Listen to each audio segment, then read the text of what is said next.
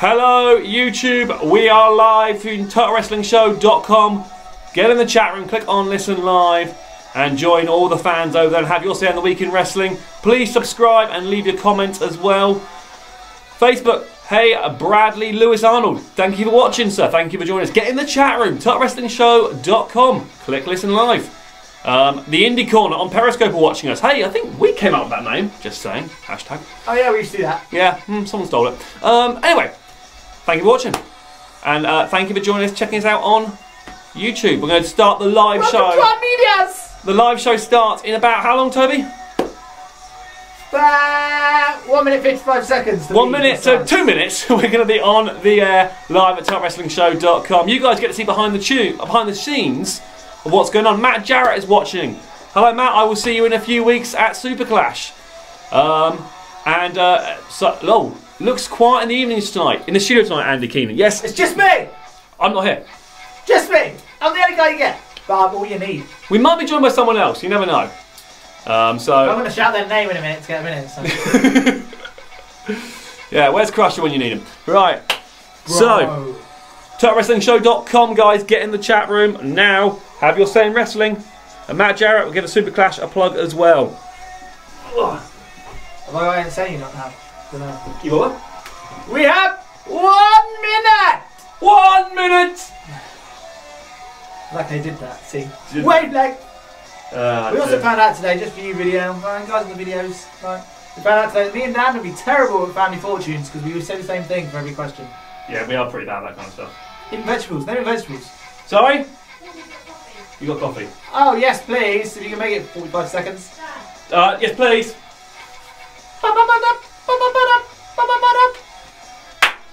Who's ready to talk some wrestling, huh? We haven't even gone for the show plan. Who cares? We'll wing it. We're good like that. Just point at us. So then you are sitting behind the scenes.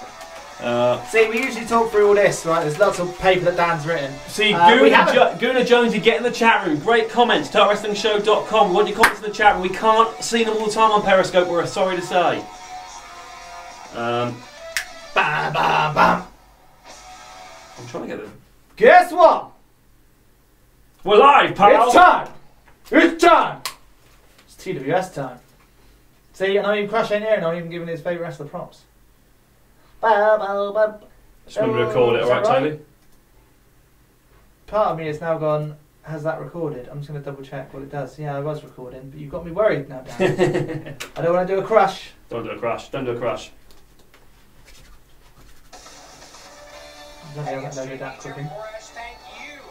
As soon as I clicked it, it went. Thank you!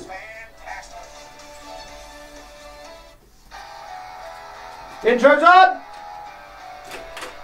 Ah! Does this other way around it's supposed to go? Yes, it does.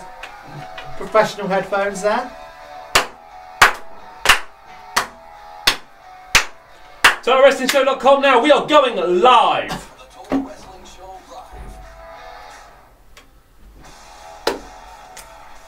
See what one put Dan's intro on. Ba-down, ba-down, ba-down.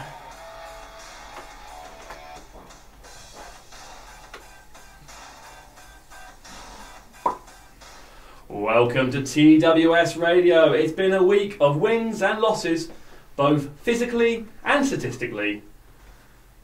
WWE gets rowdy, but loses Booker. Impact loses Borash, but gains the greatest man that ever lived. And you, the TWS listeners, you win! Because this week, the show is being hosted by the Team Mafia, represented by myself. And as it's a week of firsts, the first woman ever Royal Rumble this past week, we thought we'd introduce our first lady of TWS, representing at 2 Sams and 1 year. She's going to be your voice in the chat room at TWSRadio.com. Click on Listen Live. Yes, that's correct. This is not Sybil because she's not in the studio yet. And it's completely messed up my intro. Why didn't you start with me? Because it rolls. So Sybil will be here in a minute. And we are joined by the man who, if I'm the Kevin Owens of TWS Radio, he would be my version of Sami Zayn. I'll take that. Which does mean the TWS Mania, WrestleMania show could get into trouble quite quickly. Anyway, he's the man pushing all the knobs and buttons this week. That's right, he gets it on the air each and every other week. It's Toby. I do indeed. And I record it. And you have that crush. You're not here, so I can say things like that. Yeah, we should point out, unfortunately, the big man Crusher is not with us tonight. He is poorly. Got a bit of a cold. Yeah, he's got a little bit of man flu, isn't he? A little bit of man flu. So we hope you get well soon, Crush. And all the best to you, sir. We are streaming around the world at TWSRadio.com. You can join the chat room by clicking on Listen Live and get in the chat room. There are some great people in the chat room already. What have we got today? Got any new ones? We got Craig Hitman in there, Mr. T. That's a good name. Mr. T? I like that name. You've got John Bones, you've got Tack, you've got Andy Keenan, Shinsuke Nakakoma. It's going to be easy for you to say. I'm not looking forward to doing that one online. Rolls off your tongue. Andy Keenan's in there, loads of others. Please get over to TWSRadio.com and click on Listen Live and join the chat room. Alternatively, you can, as loads of people are, watch us on Facebook Live and Periscope and YouTube. All of them at TWS Radio, except the Facebook Live is actually on my own account tonight because I clicked on the wrong button. So just search for Dan Barnes. So no one's going to be watching us tonight? No, we are people are watching us and they are commenting already. David Allen Perrin, Brad Lewis Arnold, Matt Jarrett, they are all commenting. Does it mean you're friends with all these people on Facebook? My profile's kind of open as well, so they can kind of see it. So it's lots of advertising. Okay. And oh, look! Welcome to TWS. Should I do my intro again? No. No, okay. Representing two Sams 1 year. It's me. She's here, your voice in the chat room. She's decided to turn up. Hi, Sybil. Yeah, hi. Running late? Running late. But looking great. I'm here. Well, why were you running late? Do you want to tell the rest of the class why you're running late? I was making the tea. She just shouts to us and asked what we wanted. We were making the tea and coffee, which we're... I'm on the tea. What you want, Toby? Coffee. Sybil, what do you want? It's fake coffee because I didn't have time to open real coffee. So I've got fake coffee and fake sugar. And fake milk as well. Oh, you haven't got any sugar in that? Oh, that's fine. Oh, enjoy. So you haven't got any in yours? So do you actually have... we don't usually have milk. We do have milk, yeah. Is it proper milk? Usually it's goat's milk or something, yeah? This is goat's milk. Yeah, it is. So I've got no real coffee. I would have sweetener and goat's milk. You have? You know sweetener? No sweetener then. That's fine. Because I haven't sweetened yours or yours. I'm sweet enough. So, loads of people are saying hi on my Facebook page, which is Dan Barnes will follow me, and if you want to get the video, the live stream on Facebook, including Sam Anthony Heppel, who I have no idea who that is, so hi. Oh dear, we have got a busy week. We need your interaction tonight. There's loads to talk about. Toby, what are we going for tonight? Well, weirdly, Dan, we're starting the show differently. We're not starting it with the news, we're starting it with Network and Chill. And this week we're looking at changes to Raw, the new GM for 205 Live, wonder who that could be, and all the fallout from the Royal Rumble, which was huge this year. And we're also then moving to Roundtable. We have a Roundtable this week, and this week we're looking at, well, it's already started, the road to WrestleMania started, so we're looking forward to that WrestleMania. And we're looking at how you, that's it, you listening right now, or you on podcast, or wherever you're looking at, and us as well in the studio, how we would book WrestleMania. So we're going to have some early predictions on what we would want to see. Plus, we announce the winners of the TWS Rumble sweepstakes and update the Team Wars standings. It's a busy week, and loads to cover tonight, as Toby's already gone through. There, a lot of them are going to bleed into each other because obviously the Royal Rumble fallout is going to affect the round table where we discuss about what's going into Mania as well. So loads to cover. Each and every week, though, we do a live dart match for those of you who are on listening live at TWSRadio.com in the chat room or on the TuneIn app, because you can listen on the TuneIn app as well, live guys as well. We've played some music which has a link. Yeah, we have to say sorry this week. We were a bit late. We were having tapas. Went for a little show meal, didn't we? It was a show outing. It's going to be claimed on the show expenses. We have that. It's bonding, team bonding we're calling it. Team bonding without Crusher. Crusher doesn't come here, so we go out to dinner. That is true, actually. Yeah, just saying. Very true. I think last time Crusher wasn't near me and you went out for a beer as well. We did, yeah. Yeah. Anywho, so we had music this tonight from the likes of the Riot Squad. The Bella Twins. I want here. Next page. Oh, Absolution. Becky Lynch. Asuka. Sasha Banks. And Lita. My close personal friend Trish Stratus as well. Beth Phoenix was also on there. Just that question, was Jericho on there? Because he's normally on every list we do. No, Jericho did not make the list this week. Well, it's one of the first ones, actually. I think it's one of the If he had made this list, I'd have been very surprised. Yeah, it's very true. Now I can tell you that in the chat room, I only saw one name actually get it right. So apologies. Surprising. It was the Canon in the chat room. Because it's the most obvious link I've ever done in my life. Sybil, do you know what the answer to the link is? It's always obvious. It's wrestling. She is correct. Again! We're going to think of one week where she can't say that. So I don't know how it's Why going don't to you work. change the whole concept of the show? Just for that. Just for that one joke. Crowbar that in. Toby, what was the link? Unsurprisingly, because it was such a momentous occasion, I did it on the Women's Royal Rumble. They were all entrants into that historic first Women's Rumble that took place last Sunday night. As Dave and Parents just said on Facebook as well, they were the first people in the Lasses Rumble. It's a very northern thing to say, isn't it, Lasses? It's a Scottish thing more than a bit of a northern. Is I it? don't know how far down lassies go. Well, the last kick is Irish.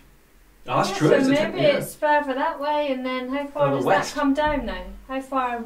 We say lasses, not as much though, do we? I don't think I've ever said Lasses. Have we not? No, I said ladies. No, weird. You say, I don't know. Let's go to some jokes. What is the southern version of Lasses then?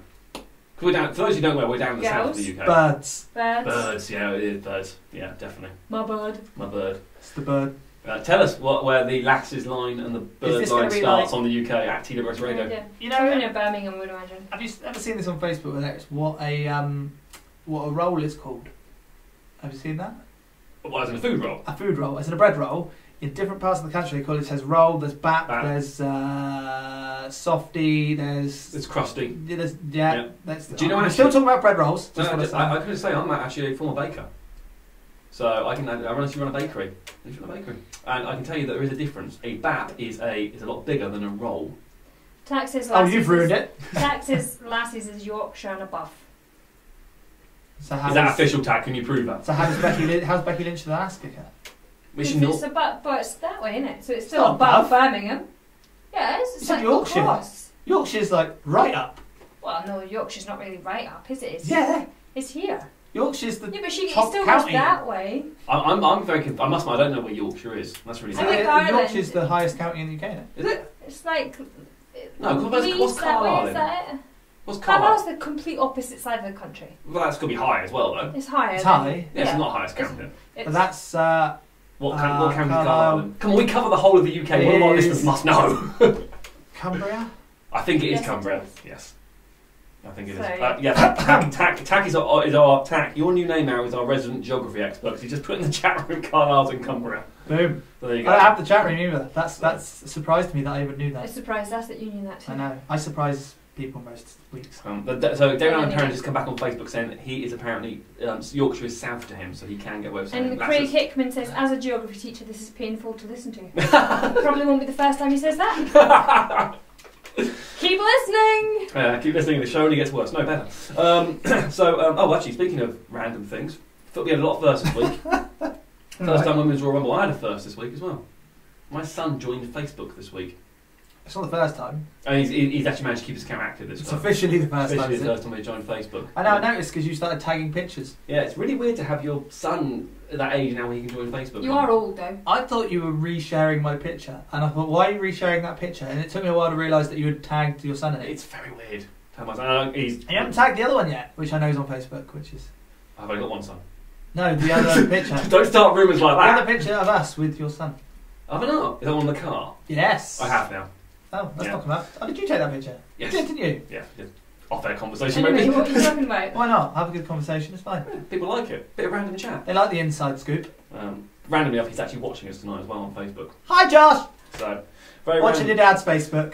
Oh, cool. We need you guys, if you're watching on Facebook, YouTube, or Periscope, please go to TWSRadio.com, click and listen live, because we want you in the chat room making your comments, and loads of people in there already. We also want you to vote on the poll, which is on the right-hand side of the chat room, and it's your chance to have your say on the topic we're talking about tonight. Sybil, what is the poll for them to cover this week? It's an easy one.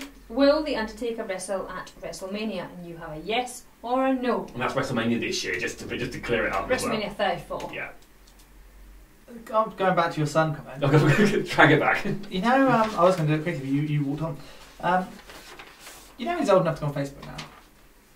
Has he ever done one of those days where you take your parents into school to say what they do for a living? Not that I'm aware of. Because you should have so gone in for TWS. I'd be great advertising, wouldn't it?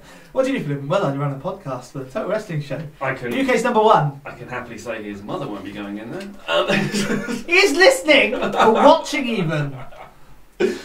Oh, that's just... Anyway. Do you want to move that on now, Dan? Quickly. Yeah, you dragged it back and... So anyway, dragged it under. Yeah. If you have missed it for Crusher's not here this week, so it's just the three of us, so we need your interaction. Sybil is now in the chat room. She is there, TWSRadio.com. She will be your voice tonight of contact. We haven't even gone for the show plans, so we're going to wing this. Tack does have a good point. He said just make sure that no one embarrasses Dan's son by talking about his foot fetish.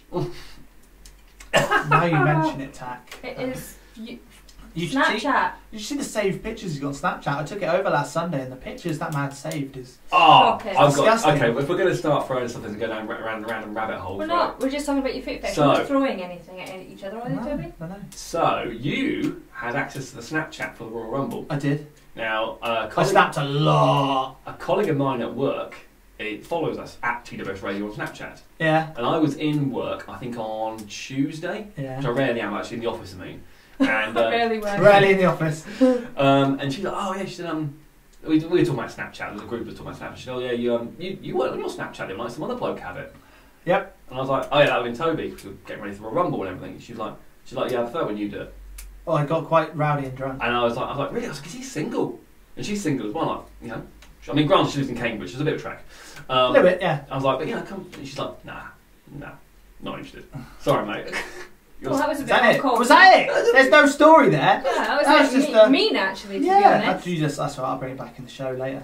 Hashtag bullying, hashtag not acceptable in TWS. Yeah, Dan. He wouldn't come to the wedding with me with my +1. Former presenter? To the wedding? Yeah, he wouldn't come with me. I don't know. It's because he's busy. I'm busy that day. Whatever day it is, I'm busy. Anyway. Let's get into it. Right, we're going to kick the show because we've gone down a couple of rabbit holes already. Don't get in the chat room, TWSRadio.com. We're going to put our feet up and kick back with some coffee and some tea. It's time to network and chill. I've got my heads on. I think that's why I prefer to talk now, because I can't hear myself.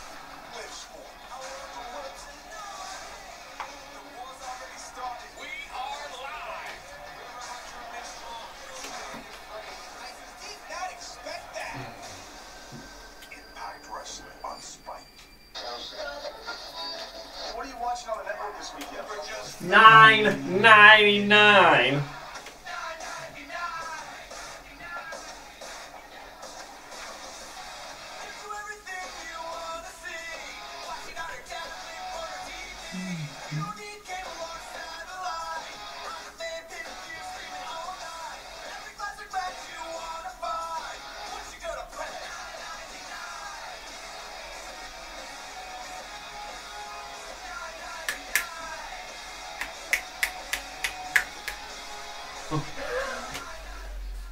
$9.99, that's it. That's all you need for the WWE network. Or TWS's network is totally free.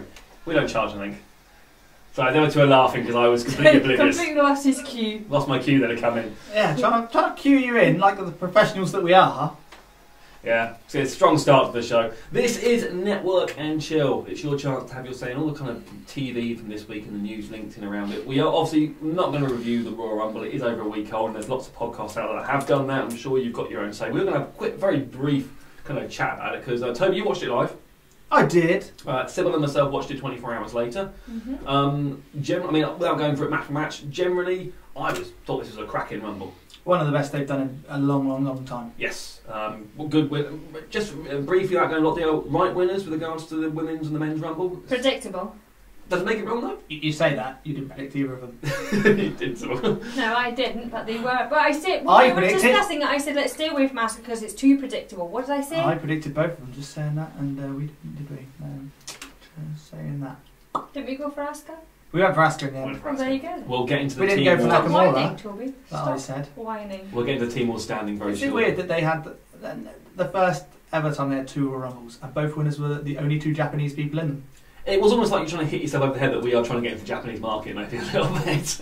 With New Japan being so prevalent, so getting so much steam, maybe that's part of the reason. I think they're both better winners. I think Nakamura is a bit more of a surprising winner. I know he's a bit obvious, but he's a bit more surprising in the fact that recent winners have been like Reigns and Triple H and Orton. Yeah. Someone new, a new face. What will be someone who hasn't had a interesting chat title as well. is what they do going forward with them. Because otherwise it can stunt them or it can propel them. Also, I think what will be interesting is they can't use the same kind of booking philosophy for both of them just because they're both Japanese and their English is a little bit in WWE world a little bit kind of jarring or broken. You've got to try and I think you've got to make them different. You can't book them the same. Is what I'm trying to say. Because we've got what 8 weeks till Mania. Yeah. So what annoyed me about Nakamura though is he did sleep halfway through that Rumble, didn't he? He was in the corner snoozing for a while.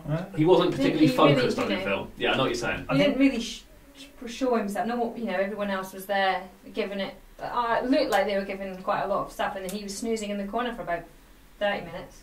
I think if you going back to the Rumble, though, if you took away the women's Rumble, would we hold it in such high regard? I don't think we would. I think the Rumble match itself was pretty. The men's one was pretty tame. Yeah. Had a few interesting people in, not many. There wasn't that many big surprises as most of the surprises were the guys that he's in a tag match today. I didn't think he'd be in it, and that was literally about it. Well, Punkasaurus said he was super happy with both Rumbles. Been a while since we had a good one, and we get 2 in one night.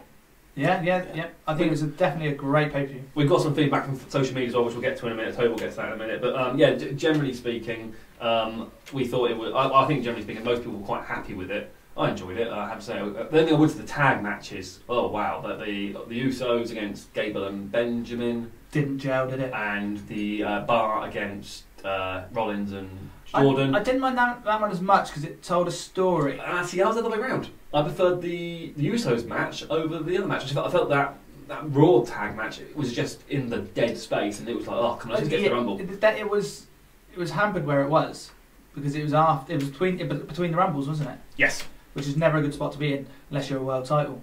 The Usos and Chad Gable, no reaction for most of them. Chad Gable and Shelton Benjamin, literally no reaction when they come out. It was, yes, it was. I do agree. So quiet. But even with the Usos, it was a very quiet match. You think about that match, with all due respect to Gable and Benjamin. What are their characters? There's no backstory to these two. Did they start as well? Is that what opened? WWE title opened. The Cannon said, makes a change that WWE gave the fans winners they wanted. I feel a few guys didn't need to do double duty, like Rollins, Cesaro and Sheamus could have given up their Royal Rumble slots. Yeah, I think that's a fair comment. It depends for who, I suppose, doesn't it? Well, it doesn't matter for who, as long as it's given someone else the limelight. No, I didn't for mind. the time that they were in the match, somebody else could have come up for NXT and got pushed out. I didn't mind Rollins in it. I'm sure there were some other people on the roster who didn't get a spot on Rumble. A Rumble moment. Yeah, I'm sure there was. I couldn't think of it. R-Truth, for sake of argument. Not that I particularly want to see R-Truth, but I'm just throwing it out there as a name.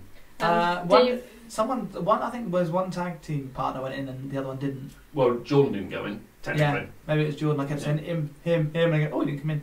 Sorry, David Perrin says, I thought the women's was going to go on first and the men's were going to go on last. That's what I thought as well. I was surprised they didn't separate them more. They were quite close together. I thought it was a nice touch, but the women's on last. I think it made it seem more important again. We have gone a bit more by match. I think about the Universal title match, the 3-way between Kane, Strowman, and Lesnar. That was a car crash, said at least. Yeah. Which I think is what we were expecting. Lesnar wasn't very happy with Braun. That was the only thing I remember. That punch. That knee, it was the knee, wasn't it? The punch knee following. from Braun, and then it was 2 punches from Lesnar. Yeah. Check that video out. It's all over social media. What is speaking of social media, Toby? What do we get some feedback from our Facebook people?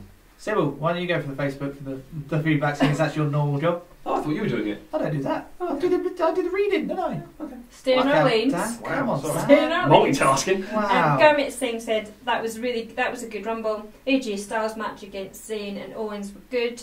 Usos match was good. Both men's and women's Royal Rumble was good. He's good. It's good. Rey Mysterio was shocking. Lita at Royal Rumble was awesome. Overall, Royal Rumble was very good. Can I just say, Rey Mysterio, I hope it doesn't mean shocking as in good or bad, but I thought Mysterio got something back. Whoa, he looked awesome. He looked in great shape. He was flying around that ring. Clearly what he's been doing has been doing him good.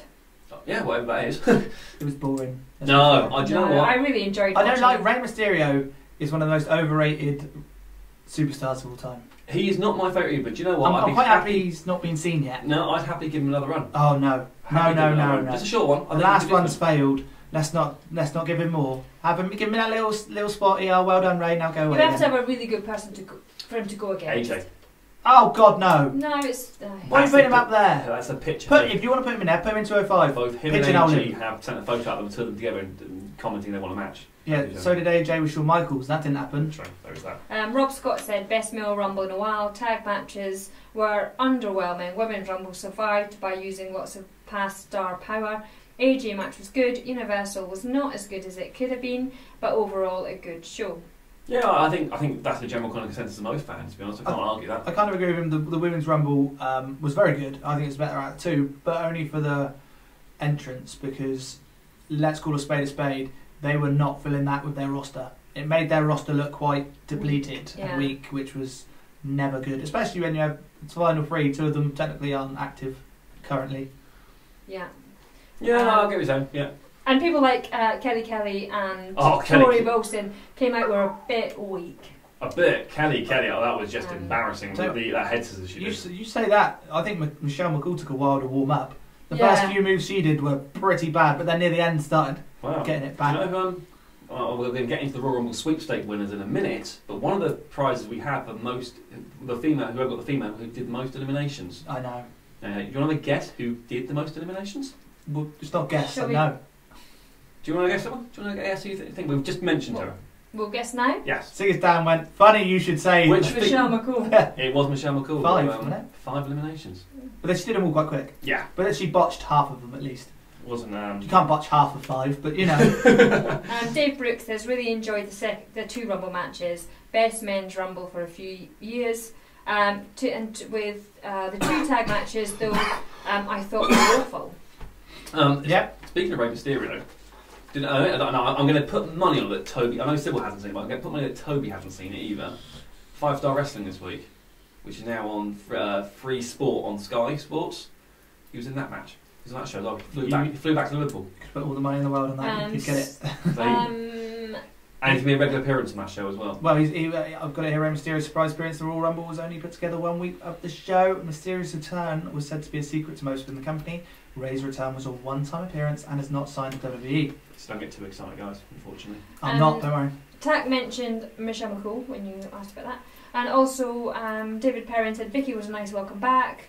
That was a surprise. Cannon said, yeah, it was nice to see Vicky. Do you know what? Vicky, I have to say, was a very surprise. Nice bit of comedy, well used. Yeah. Great to see her as well. She's also going to be at WAW in a few weeks over here in the UK. Funny enough, along with Terry Reynolds, who wasn't in the Rumble. Who could have been? Well, maybe not. Oh, Alicia Fox. I don't know if this is well known or not. Alicia Fox. Because I was trying to work out towards the end where, if they covered everyone on the roster, the only one active woman on the roster who wasn't in there apart from Paige was Alicia Fox. Who was injured? Who was injured, broken tailbone. Which I didn't. Out for a few months. I didn't read that until after, and in the room that I was in, we just kept going, well, 30's Fox then, because we still got Alicia Fox. That's what I thought.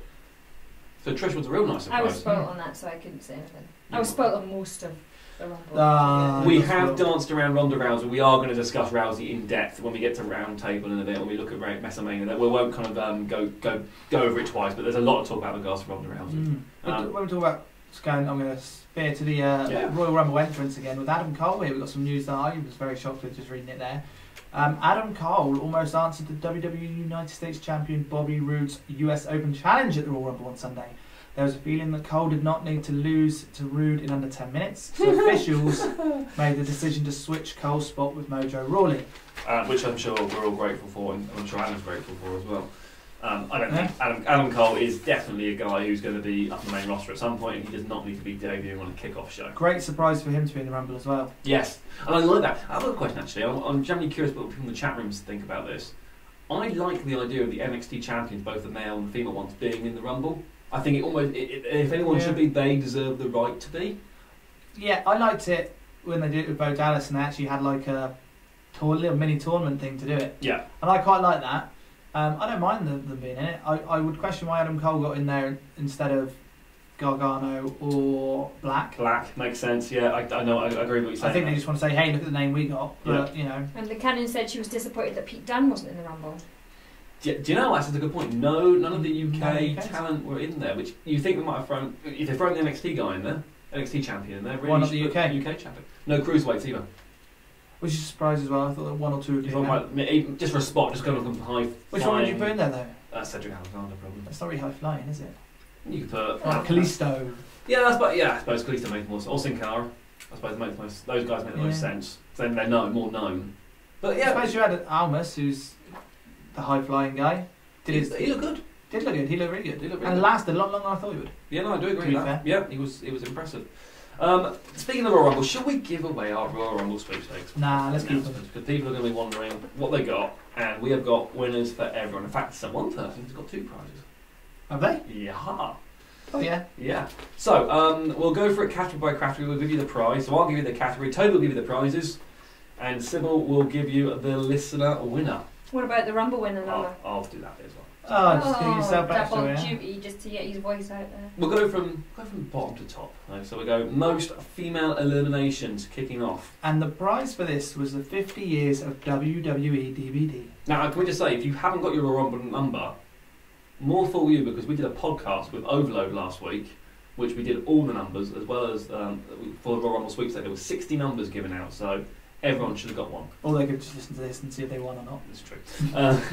And the Rumble winner was obviously, for most eliminations, was Michelle McCool, and that was number 14. And it was Max. In the chat room. Well done, Max. Okay, I'll tell you how you win your prizes very shortly. Let's go for most male eliminations. And the winner gets a WWE Top 50 Superstars DVD. Easy for you to say. And that was, for most male eliminations, was Finn Balor. He was number 2. And it's Carl Pickup. From Facebook. Okay. Longest female time in the Rumble. Well, female Rumble. And the prize for this is Knockouts Knockdown 2016 on DVD. And that was obviously Sasha Banks, who came in at number 1. And it's Halo 26. That is from Instagram. So congratulations. Insta. Longest male time in the Royal Rumble. This person gets a Samoa Joe collection on DVD. And surprise, it's Finn Balor, number 2, which is Carl Pickup. Finn did very well for him. Yes, so Carl. Congratulations, 2 prizes there. We said number 2 would be a good one. We did actually. We said number 3, but nothing for number. Well, yeah. Hang on. Female first eliminated. Dan may have put these the wrong way around. This is still right. So, Toby, what's the prize? An LPW DVD? Leeds Professional Wrestling. Is this right? Yes, that is right, yes. Okay. And that was actually Mandy Rose, who was number 4. And it was Tobias Addington, is that right? No. No, it's so which line are you talking it's the about? bottom one. So the Rumble winner and numbers. Take it away, Dan. Yes. So it is at I'd Rather Be a Bear on Twitter. Because that was obvious. Dan's terrible at this. One job, Dan. One job compared to the other 55 jobs you've had to do. So the first male eliminated. You said it me earlier. Cool. The winner for this gets a Southside DVD. And that was Rhino, who was number 3. So that is the winner. Tobias Addington. On Twitter, at Tobias Addington. So we said number 3 was lucky, and we said he had a great name. He was bound to win. Okay, so female winner of the Royal Rumble. The true story of Royal Rumble DVD, an alpha female signed picture, and the Impact beanie hat. And that was obviously Asuka, who came in at number 25. And the winner is Tack. From the chat room. Well done, Tack. Male winner. Shawn Michaels missed the WrestleMania DVD, a Kurt Angle signed picture, and again that elusive Impact beanie hat. And that was Shinsuke Nakamura, surprise prize. First ever person to win from the teams. Yes, that's from the boy, yeah, number 14. And it was Rob Scott. From Facebook. So congratulations to Rob Scott, Tack, at Tobias Addington, at I'd Rather Be a Bear, Carl Pickup, Halo 26, and Max.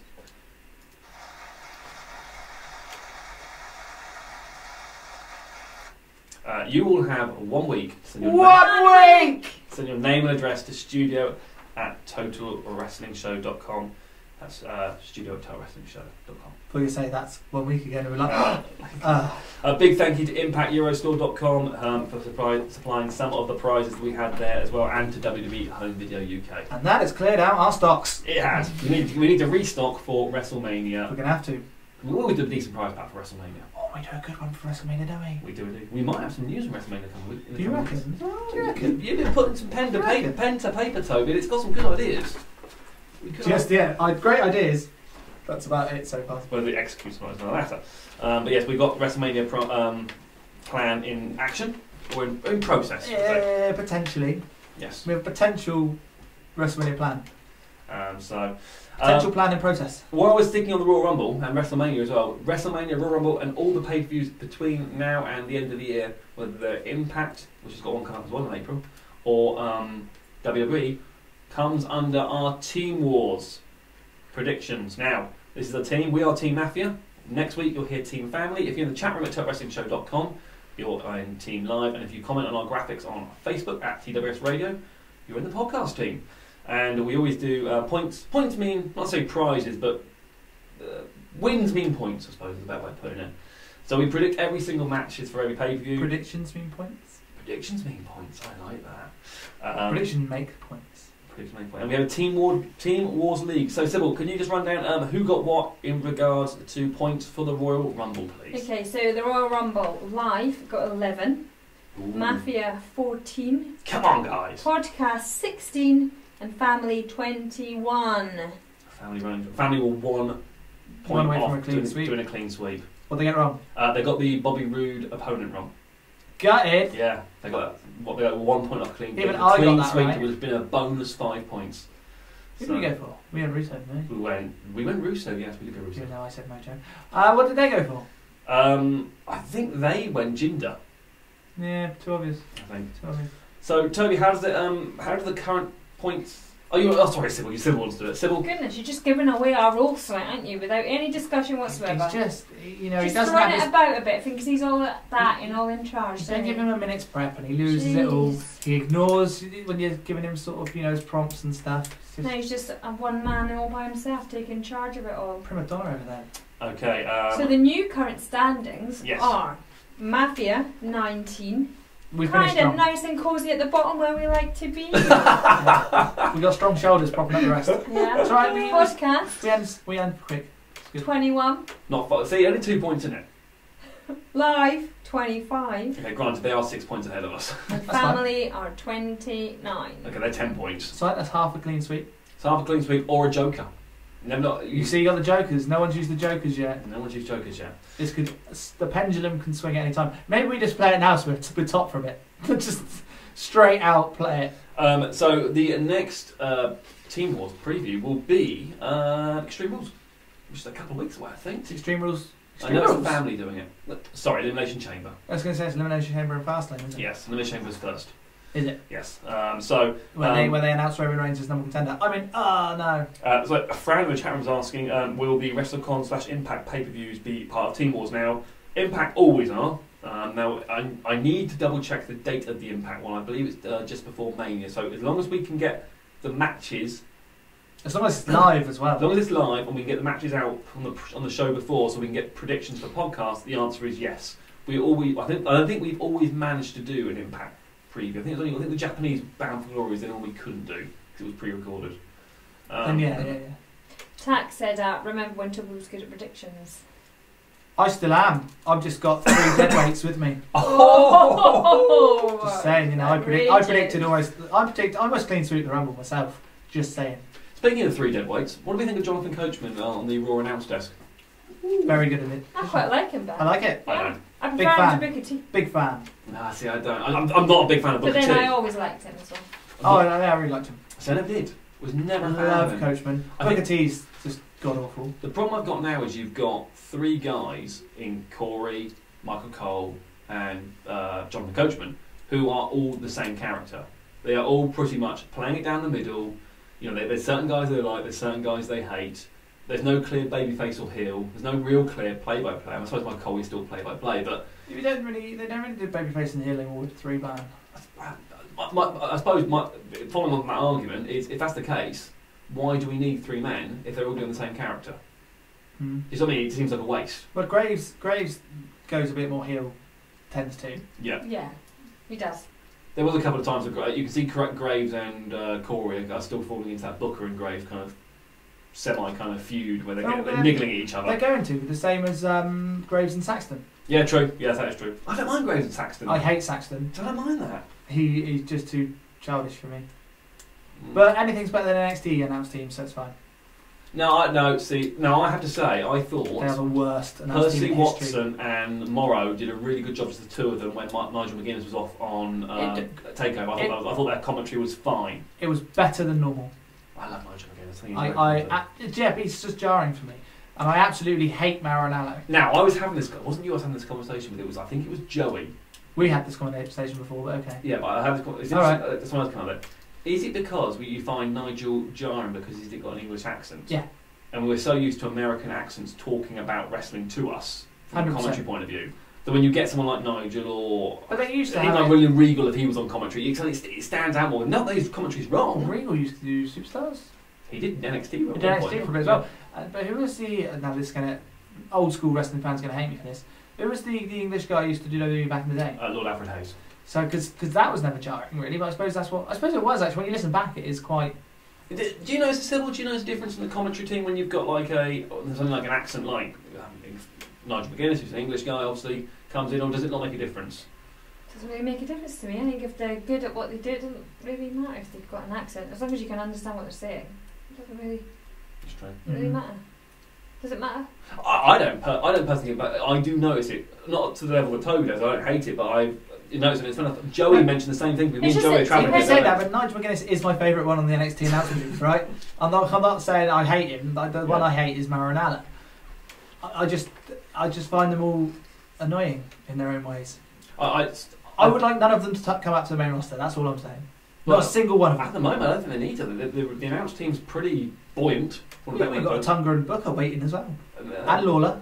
And JR was back for Raw 25 as well. JBL comes back now again. We've got loads of people in there. We want to know what you guys think about Jonathan Coachman and the announced team at TWS Radio across Facebook. Sybil's got some feedback already on the Jonathan Coachman arrival. I think we've got to give him a couple of weeks to bed back in again. My own question would be, it might be in here, but they've taken off Booker and put him in. Yeah. Why is Corey Graves still on 2 shows? I have no idea. Sometimes he's on 3 because he did 205 the other week as well, just to support. You could have just put Coachman on SmackDown instead of Graves. Very good point. Very good point. What do our Facebook listeners think? So? Pete Cunningham would prefer him on SmackDown. Seems wasted when you have Cole. There have been stories that Cole wants to move away from commentaries. Is this his future replacement? Yeah, possibly. He does. He wants to go backstage, doesn't he? You've got to think he's been doing it a long time now. He was there since he was talking on Raw 25. He's been there for. He's been there for like a high percentage of it, hasn't he? Or something. He's been there because he was there in '98 and 97. He might have even been there. So that is a long time to be called in wrestling. Fran said, ask TWS. Maybe they could get someone like Paige or maybe Heyman would be good at, as it's something different. Can't do Paige. Toby can't handle the accents. Too jarring. Heyman was good, but. Heyman was good. He can't stay away from storylines. He's got to be involved, isn't he? He's like Bischoff. Yeah, I think Heyman's too much. He's too good. He'll get called into the. I think if you want to put a woman on commentary, you've got Renee. She was really good when she was to the NXT. To the NXT, they only brought her in for the women's matches, which I hated. So hey, we're not sexist. We've got a women's commentator. We're only allowed to do women's matches though. They used to say they were Impact Madison Rain, didn't they? Just let her do the whole show. Oh, speaking of that, have you Madison Rain debuted on Ring of Honor? Yeah. Or was about to? Sorry. Yeah. Which is really good. Part of and they're about to crown their first ever Woman of Honor champion, first time, which we actually talk about a little bit. Slight plug with the president of Impact Wrestling, Ed Nordholm, on our most recent Total Talk podcast, which is available at TotalWrestlingShow.com and the iTunes. On iTunes as well. And also, you can also get it off ImpactWrestling.com, which is just unbelievable. One of our interviews on ImpactWrestling.com, so a big thank you to those guys, and a big thank you to Impact for having us out there. But if you want to hear myself and Scott talking to Ed Nordholm, Scott D'Amore, and Don Callis about all the changes of Impact and why are they over here in the UK currently, check out the website, TWSRadio.com. Very exciting. Is it just you and Scott? Four of you went up. 4 of us went up, but me and Scott did the interview. Oh, right. We split it. I covered the business side of it, and Scott discussed some of the more wrestling side of it. Okay. Which is quite interesting. Interesting dynamic, different way of doing the show, but very interesting. A lot of the conversation. The reason I brought it up is because we discussed with them about whether it's about time to drop the name Knockout when you've got women. When you drop Divas. You drop Divas now. Ring of Honor's doing their own Women of Honor and doing a very empowering tournament for them. Is it now time to drop the Knockout kind of name and the connotation that comes with it? And it's interesting to kind of see what Ed thinks and Scott Moore thinks. So check that out. But do you guys think we should drop Knockout? Is it time to say goodbye to Knockout? Does it make a difference? We're all getting a little bit precious, aren't we? Do you think? I don't care either way, if I'm honest. Not really. Will it change anything that they do? No. No, true. It wasn't a name. They still go and wrestle. They still fight for a belt. Don't care. Yeah. Women's knockdown doesn't sound as cool, does it? That's true. Yeah. So they have to change that. Change Charlotte, they're special. And knockouts, it depends on how you look at that. Yes. Do you know what I mean? Yeah. You can look at it. It's not like the connotation of knockout is much more positive It's like a boxer. It's much more positive than fighter. diva, isn't it? Which is like someone who keeps, arguing and is annoying, which is what diva is. The canon said not faster by knockout, better than divas. Yeah, fine. I don't think it matters. We want to know what you guys think. So, speaking of Impact, and with regards to kind of almost commentators as well, Impact now have got a little bit of a gap for an announcer. WWE has hired long-time Impact Wrestling employee Jeremy Borash. Borash has given his notice to Impact and is done with the company. The hire was a Triple H decision, and Borash will be working with WWE NXT and the Performance Center. There is no word on when Borash will start with WWE, but it could be at Thursday's NXT TV tapings from Center Stage in Atlanta, which I believe was last Thursday. I don't believe he was involved in any of it. There are rumours he can be working backstage, as Toby kind of said there. I think there was some hope from some people that he might be involved with the Woke and Matt Hardy kind of production, which at the moment has been pretty poor to say the least, and pretty over, kind of nothing like the Impact run that he had. It's never gonna be. I think it feels overproduced now. If Matt Hardy was never going to be WWE champion like he was in Impact. Oh, I'm not saying he's been a WWE champion. I'm just saying the way the Woken gimmick's coming across in comparison to the way the Broken gimmick came across in Impact. Yeah, but he was never losing. He was put up on a pedestal. He was top guy. Yep. He's not going to be that WWE. He is. He's going to take a lot of pinfalls. Yeah, I'm just. It's something missing. There's something missing with regards to that character on WWE. In comparison to Impact, I'm not particularly. He hasn't got his whole family with him. Just getting some feedback about Jeremy Borash on our chat room. Punkosaurus, good luck to JB. Gave Tierney all he could. A man who wears many hats. Scotty220, happy for Borash. He's a hard worker and a good guy. Nice to see he's made it to WWE. Fran, the UK fans will miss JB. Great person to talk to. A real gent. He is a lovely guy. We've met him. He's really nice to us. Yeah, he's always been a big supporter of TWS as well in the past, over the years. I will say that I wonder if he'll find it, I want to say challenging, or maybe the wrong word, but in Impact, and say, Scott Moore alluded to this earlier on our interview, he said, they all wear, as I think someone in the chat room said, they all wear many different hats. He wore all of them. Yeah, he wore them. I think in WWE that's not the case. You go in there and you are kind of, that is your area of responsibility to deal with that. I wonder if he'll kind of find that frustrating. I don't think it'll be that long. You don't think? No. I don't think so, no. Because he basically did what he wanted in Impact. I don't think he's going to have that in WWE. That's what I mean, he's not going back from his freedom, is he? No. It's going to be very, very interesting to see what they... I hope they keep him off TV. I don't want him on TV. There's no need. Honestly, he is the worst commentator I've ever had. I think he is terrible at commentating. If he goes on the commentary, it's just... It's funny you should mention that, because I watched Impact this past week. And he's obviously he's still on it because it's Bolt recorded, and he's commentating with Josh Matthews. Oh, that is the worst booth. And I sat there, and because you're kind of thinking, okay, bring back Taz. He's bound to move to WWE. No one wants that. He's bound to move back to WWE, or he can move to WWE as it's being recorded. You think like his commentary, would he work in a WWE world? Is there any need for him? A, there's no need for him because they've got enough commentators anyway. And B, and you're right. You said you go. JB's really good. He's a great ring announcer. He knows to get the crowd going. You know. If I could have half the talent he's got, I would go a long way with him at the point of being an MC. But on commentary, he's almost a little bit of a cliche of himself. What I don't like about him, it's very much like Maranello. They're quite similar in my mind. So they're very almost overproduced themselves. Yes, so they are kind of. They're not. Nothing about them seems natural. It all seems forced, and that they're putting on this persona and they're being this. And he looks like voice. He doesn't enjoy it. What, JB? No, sorry, I thought you were talking about Matt Hardy. I was reading the chat. Oh, I don't think Matt Hardy's particularly enjoying his run. No, he's not. But JB, I just think he's a bit, especially in commentary now. Backstage might be great. MCing, I think they've got better MCs right now. I could see him doing something like 205. Yeah. Or even being part of NXT. I think that's a good start for him. I think it's going to be very, very interesting to see what happens in... He could be the back. What he was really good at is being a backstage interviewer. That was JB's thing, yeah. bread and butter, right? He's great at that. And you could have that in NXT because they've kind of the woman they've got there in a minute, that she was awful. Oh, no, they're using the bloke now, aren't they? Guy. Because the woman went somewhere else. Very tall bearded guy. Who completely escapes as well, but I think he's really good. I think he's really good. It's too tall. Nothing wrong with the tallest. There is. I can tell you this every day. # book James Daniels. When he was in the ring, he was in the ring with someone for a match, and I think it was Takeover, and he was legit the tallest person in the ring. And I thought, this is. I don't think it matters too much from an MC being taller than the wrestlers. I do agree with what you're saying about referees. You know. I think there's MC as well. I think if you want to make these guys look good, they got to be the big guys. You know, you can't have a taller MC or ref. Of course you can. You can have a tall MC. He's not there to wrestle.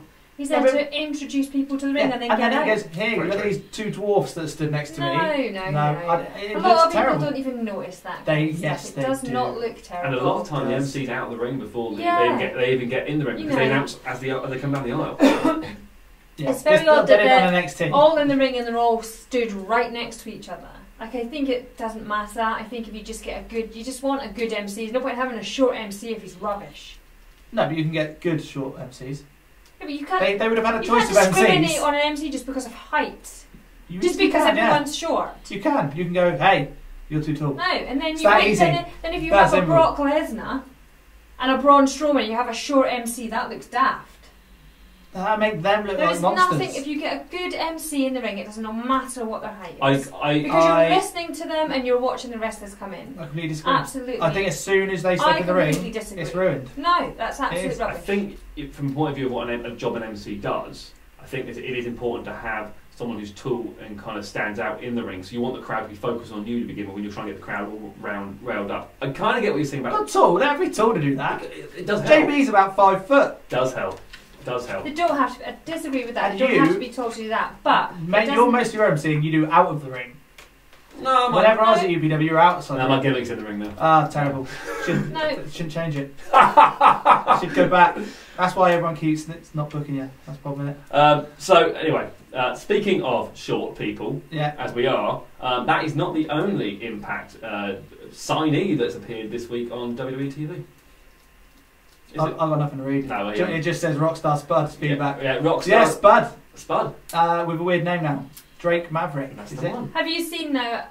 It's brilliant to see him all the way up there, but he's very American now. He's got a tan and white teeth. Yes. That tan. I keep thinking it's going to be like rubbing off on his collar at some point. It's like he's got it out of tin. It is fabulous to see him there now. I've also one thing. At least his hands are the same colour as his face. Which normally people tan. And maybe it was the colour of the suit that brought the tan out a little bit more.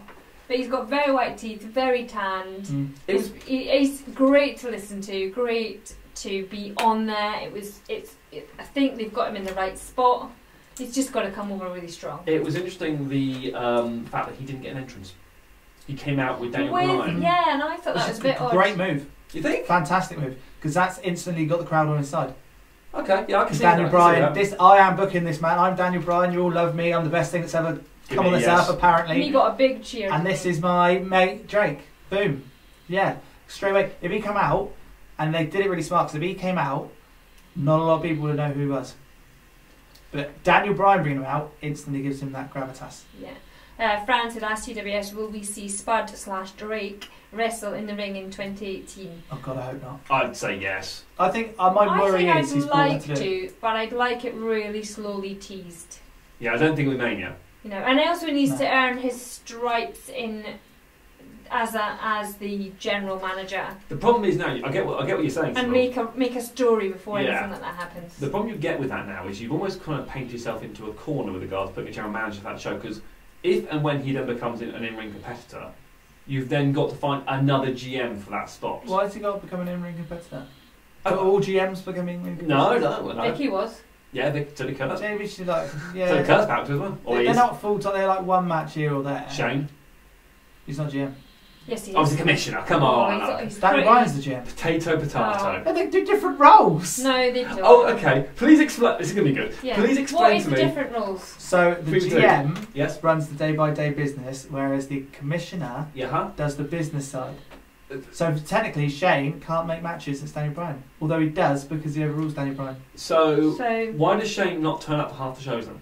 He doesn't need to. He's the commissioner. If he's making the financials part of it, you don't need to be there to do that. He should be checking the figures and all that kind of You stuff. can do that from a spreadsheet on your laptop. Only Danny Bryan needs to run it day by day. That's exactly how I explained it, Dan. I think you've given it a lot more thought than WWE. Well, no, that's how they positioned it when they first brought it out. That's why I don't remember feedback from the chat room. Please. Fran said Spud versus EC3 at TakeOver. Jonathan. Give me my money back. Okay. I love how there was silence when his new name was announced. Yes, there was genuine silence. There was they did try to get two fans saying Spud. There was a Rockstar Spud chant very slightly. That was the two fans. They were just really close to the mic. Tack said, even by cruiserweight standards, Spud is very small, so don't see WWE ever using him as a wrestler. Actually, that's a good point. Actually, yeah, so was Danny Bryan. Yeah. The Cannon said Gibson Drake versus Havoc Haskins is going to be wicked. I don't know who most Fran said Kurt Angle wrestles in the ring when he was GM. It's true. In your face, Toby. So one match. Two.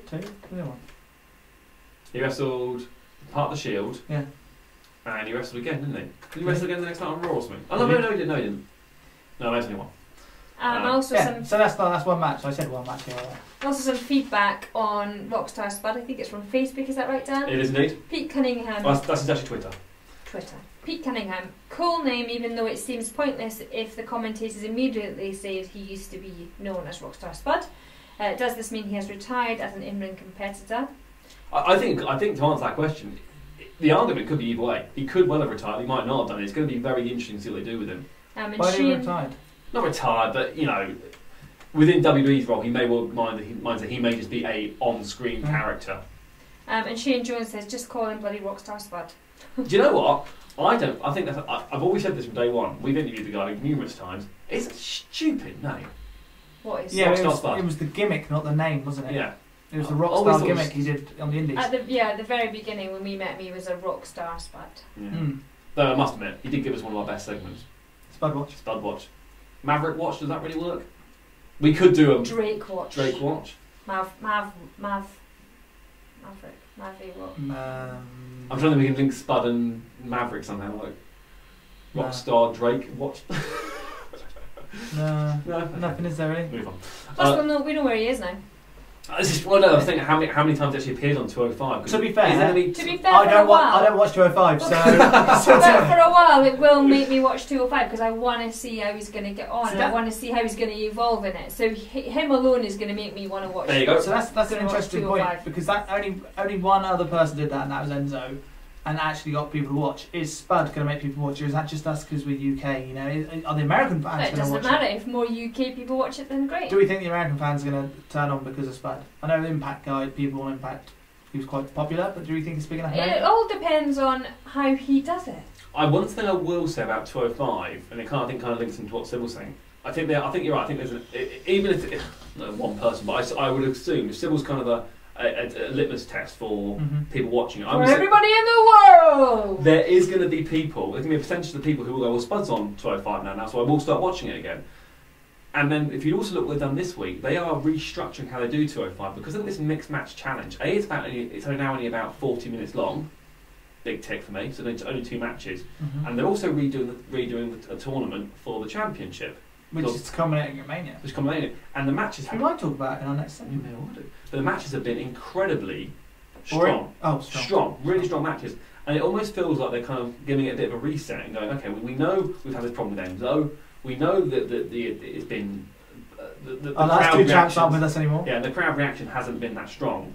It almost feels like they're kind of having a bit of a reset, an unofficial reset with it. And it has become quite interesting. And also, I think Punkosaurus put in the chat room, but in fact you're including people from NXT and you've got the WWE UK guys coming because you've got Pete Dunne. I think Pete Dunne may well be going to be wrestling it, but definitely we had Tyler Bate this week wrestle in a cracking match. If we were still doing Best of the World, that would have got Match of the Week because it was a cracking match this past week. It's Royal Rumble this week. I tell you what, that match was better than than him and TJP. Barn burner, really good match. Go away. If you missed 205 Live, go out away and check out Tyler Bates and TJP. TJP won, spoiler alert, but it was a good match. And next week you've got Hideo Itami and there's a reason not to watch. And Roderick Strong against each other. 2 reasons not to watch. And you've also got Lindsay Dorado taking on Grand Metalik. Weird great match. Now, did you say that with tongue in cheek? No, I think that's a good match. Botchfest is what you mean. Fran said, ask TWS, do we see the Cruiserweight title final on the pre-show or the main show at Mania? 100% pre-show. There is no way that's getting on main show. Unfortunately. If Aries and Neville couldn't do it, this ain't going to do it. Or it will be the cool down before the main event. No, it won't be. And Punkasaurus said it's like a rerun of CWC. Yeah, it is. That's a good thing. We all love CWC, and I'm hoping we did. I did. Yes, thank you. It was alright. Old sour tea. It was alright. Sour tea. All they had to do was tell me why I should watch it, and they didn't do that to the last match. That's my whole problem with it. Yeah, In ring, it was good. Yeah, it was but good. if they just said it at the start, it's for this new title, I'd have been all in. Tack said, surely the best match of the week was surely Almas and Gargano. Well, that was covered last week. We covered, if you want a full rundown of NXT TakeOver Philadelphia, check out last week's podcast, so the family loved it. I'm going to say something really controversial. Not even the best match on TakeOver. Oh, best match on TakeOver for you? Was it Black and Cole? Black and Cole was even just for that I'm surprised they got away with some of the spots they did. It was fantastic. Yeah, I'm a huge Alistair Black and Adam Cole fan, so I'm biased, but yes, I do agree. I'm not massive on it. You actually did for your first sleep because you weren't very well. You did sleep something. I'm not massive on Black, and that made me really enjoy it because I don't think he's greatest in the ring, but the psychology that he showed me in that match was superb. No, I will say I might watch it again. Some sick spots on it. Gargano, Cien, the storytelling was really good. It went a bit long for me. It was a good old-fashioned. It started slow as well. Yeah, classic wrestling. It didn't get going to about 10 minutes in. Yeah, it was good. I liked it. Punkasaurus talk about controversial for you, Toby. Mm-hmm. He said Roddy's too damn good for NXT or 205. Well, when he gets charisma, he might be. Oh. He's got no charisma whatsoever. Do you know what's about Roderick Strong is interesting? He was surely it's not all about charisma. Surely it's just about whether they're good at what they do or not. Yeah, what they're supposed to do is entertain me. He is definitely missing. They're supposed to wrestle as well. Their whole job is to entertain me. World Wrestling Entertainment. He's definitely missing something, Roderick Strong. Maybe a back to his argument, because even if you look back to his Impact Wrestling run, he was never given a big spotlight. He was on Impact? Yeah. Was he? Yeah. He was always the guy who was kind of like prior to NXT. And Ring of Honor. I knew he was in Ring of Honor. But he was never given that kind of huge spotlight with an Impact to kind of go, this is the guy. Even the X Division run, it was just almost like he was a good hand that was in the ring. I think there is something missing with the guy. There is. I can't connect with him either. They keep doing these videos of him as well. They were doing 3 weeks in a row. These videos. About his life and his wife. And that didn't even get me involved. And I was like, come on, man. The videos, WWE are great with these videos, and that didn't even get me invested. He doesn't really show a lot of passion. Agreed. No. Speaking of great Fran videos. Fran said Toby should be renamed as Officer Downer. Officer Downer. DCI Downer. Okay. Okay. Is that I don't know? Is that like a link to something? I don't know. Is Toby an officer of Damien June's No Fun Police? Speaking of fun, who are these people? No, he's an indie guy. It's You've seen him wrestle. You haven't, but we have. Yeah, we have. Yeah, Lucha Forever. Forever. Speaking of fun, do you know what? You can't talk about this bit because you're not going to sour this, which was clearly one of the highlights of a funny highlight of the week. And if you missed it, it's on Facebook. Go check it out on Facebook and WWE's Facebook. I think it was on the network as well. Mixed match challenge this past week. I've seen it. Braun Strowman and Alexa Bliss. It was brilliant. Awesome. I hope they don't put them together, but it was brilliant. They are so funny together. They clearly are friends, and they clearly have a bit of chemistry together. And do you know what? I actually wouldn't mind him being her kind of bodyguard. I mean, it's completely bizarre. It would totally take him out of the whole wrestling. It would be pointless. I'm all in. It was such a laugh to watch. It's only like a short, match was maybe 10 minutes tops. They did really well together. They're probably I'll put my money on it that it's the best team up we'll see through the whole thing. Oh, do you know what? I would agree. Yes. It was the longest match so and far. Mixed match challenge. And they'll win. What was it? It was like 25 minutes. I didn't see that long. I watched it. Didn't see that long. I looked it on Wikipedia. It's the longest one. It's unfortunately it's also had the lowest ratings as well.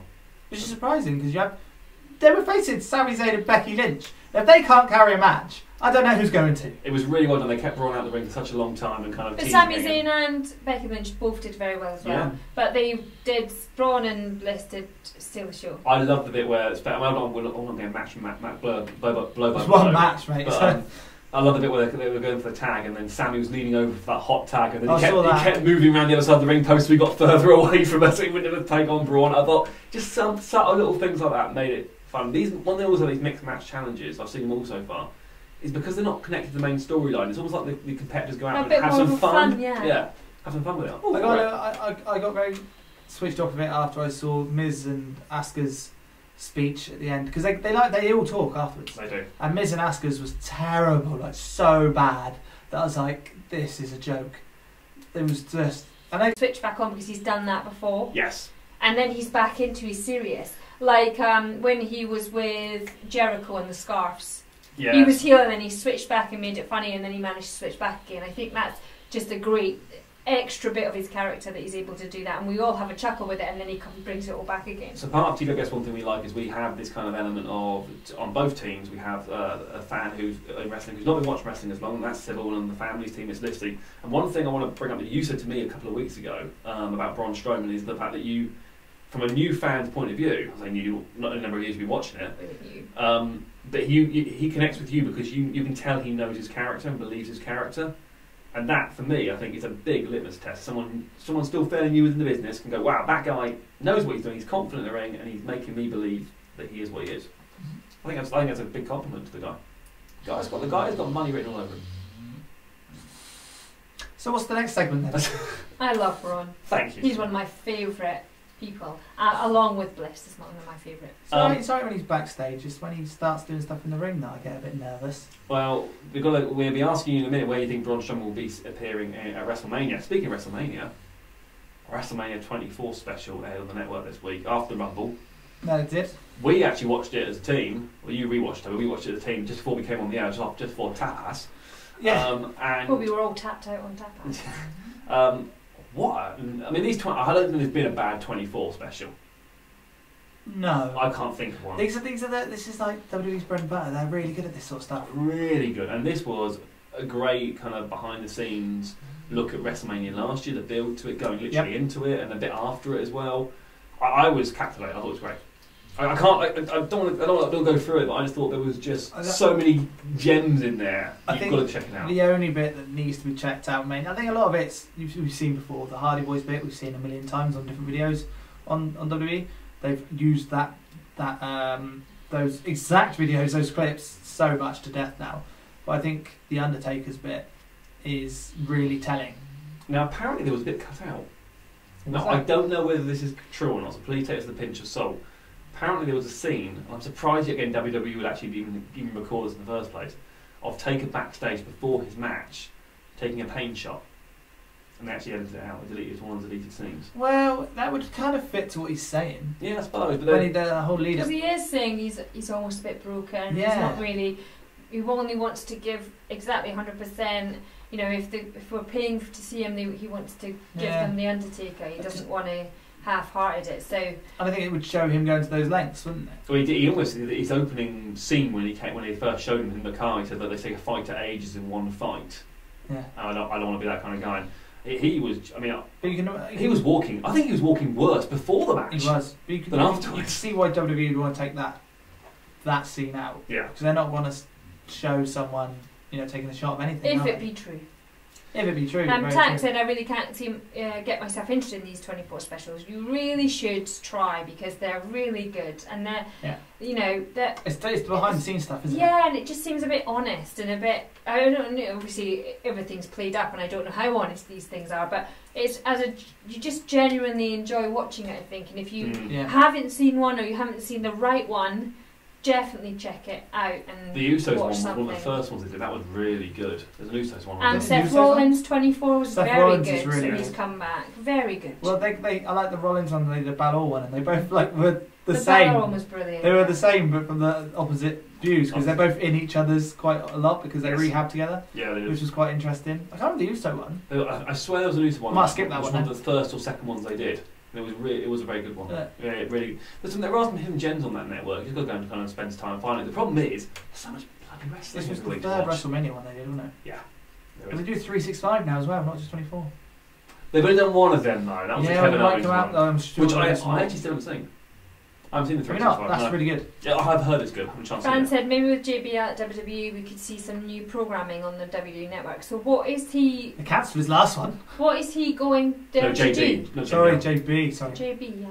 So what's he going there to do? We don't know. We haven't been officially told. We're assuming. We believe it's something to do with the NXT down in the Performance Centre, which would make sense with regards to production and developing new stars. They've just got him in before they buy Impact's back catalogue. Which we know they're rumoured to be interested in. Hey, if they buy Impact's back catalogue, they'll get. Well, they're buying all the wrestlers then. They got Austin Aries matches back in. Austin Aries is week one of the. Is that your shoe? Is you trying to shoehorn something in here? The Impact World Title. I know it was a spoiler by Impact themselves that a while ago. A couple of weeks ago, but actually happened this week. First week of the new set of tapings, four-sided ring. They've got some new graphics and a new look Impact, and you've got a few new characters debuting. But the main thing was Austin Aries is now your new Impact World Champion. It's no longer called the Global Title. And we also saw the change in the Grand Championship, couldn't think of the name then, where there's no judges anymore. It's basically the Intercontinental Championship now. You said it happened. Yeah, it really is. We knew it happened. It really is. So, interesting. I thought New Impact was fine. The new look Impact was good. It's just it's a fairly strong week. Check it out. Check it out. It's worth checking out. I'm very curious to see where they go with Aries as champion. I think that could be very, very interesting. See kind of what happens with Aries, and I think who doesn't love Austin Aries as well? Come on. Even Toby, even Sour T loves Austin Aries. Yeah. He's alright, isn't he? But Hurt. No, well, what? Hurt admitting it. You like something? No, he's alright. I like him. Good. I think he was. I think WWE should have put the Cruiserweight title on him last year at WrestleMania. There's definitely. Yeah, I agree. Yeah. That was the time for him, and they didn't do it. I'm interested to see who he's going to feud with in Impact. You've got Eli Drake still there. Well, they've depleted a lot of the. John Morrison or Johnny Nitro as he is there. Oh, sorry, Johnny Impact. Sorry, as he is there. Alberto. Well, that'd be a good match though. Yeah. Johnny Impact and AA. Yeah. Oh. Some good. There's a match we haven't seen before. There's some fresh matches in Urban Impact as well. You might get a longer version of Aries and Drake. Yes. You might get an actual. Yep. Match. Yeah. Not what it was. I'm sure you will get an actual match. Yes, absolutely. Last thing before we I want to bring this up because I know Toby loves lists and love a list. Love a list. Thoughts on this new? What are they calling it? They're calling it the rating system on SmackDown. So if you missed this on SmackDown, it was done by a very quick promo by Daniel Bryan on a selfie camera. So Toby, why don't you just run down how this rating system works so we can maybe just get a feel for it. Okay, so the SmackDown Top 10 list is a new way for superstars on SmackDown Live to show Bryan and Commissioner Shane McMahon who is the most deserving of future opportunities. The stars of SmackDown vote for each other using the following criteria: overall talent, locker room leadership, and athletic skill. There are some ground rules though. Neither Bryan nor McMahon will be voting, and no superstar can vote for himself or herself. So I'm assuming this is going to be almost a fictional thing. It makes me feel like talent, leadership and athletic skill. Is Kofi Kingston going to be like the top man here? Because surely he's up in all three of those. It's making SmackDown seem a bit different, but the way it was kind of positioned as a kind of almost a throwaway segment in the middle of SmackDown, I don't think it's going to have a lot of weight, and it wouldn't surprise me if it's dropped within about a month. It'd be interesting to see who the top people are to start with. Yeah. Because like if Bobby Roode walks out as the first one, locker room leader in 2 months, like you're going to start questioning it. Who is the locker room leader? Would you say on SmackDown?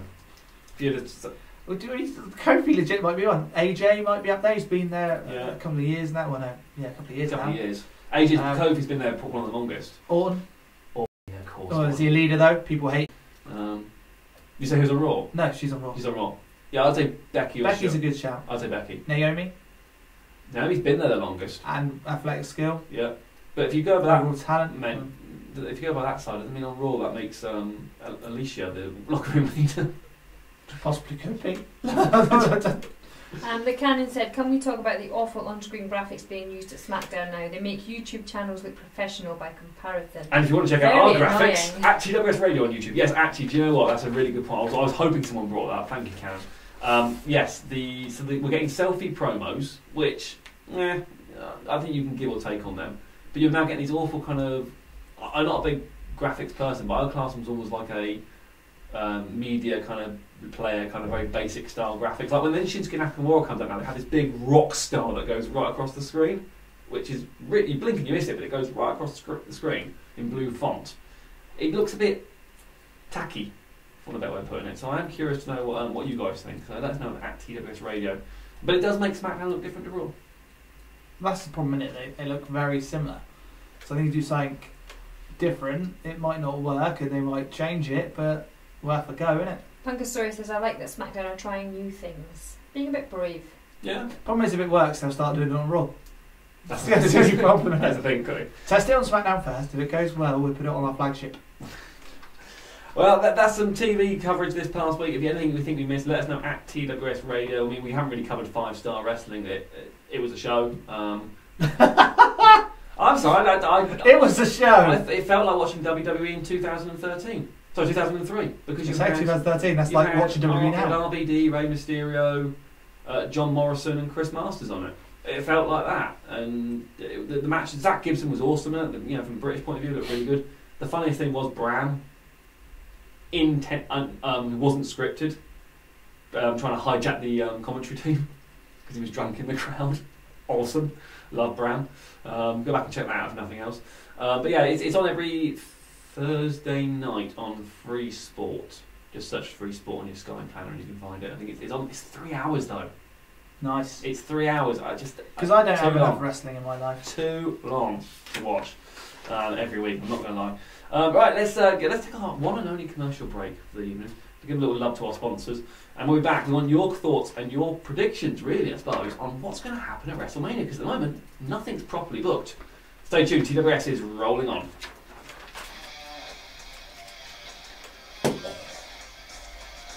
Cheers.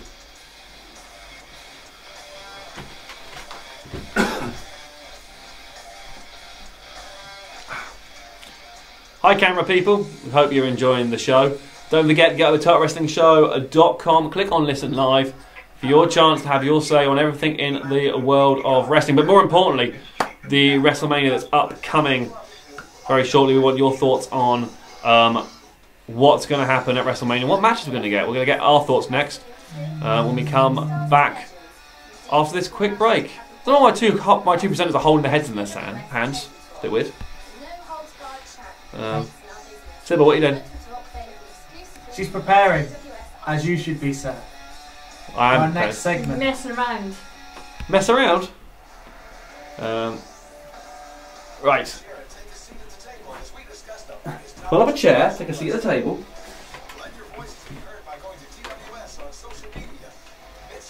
Round table. Wrestling! Let's talk about some wrestling!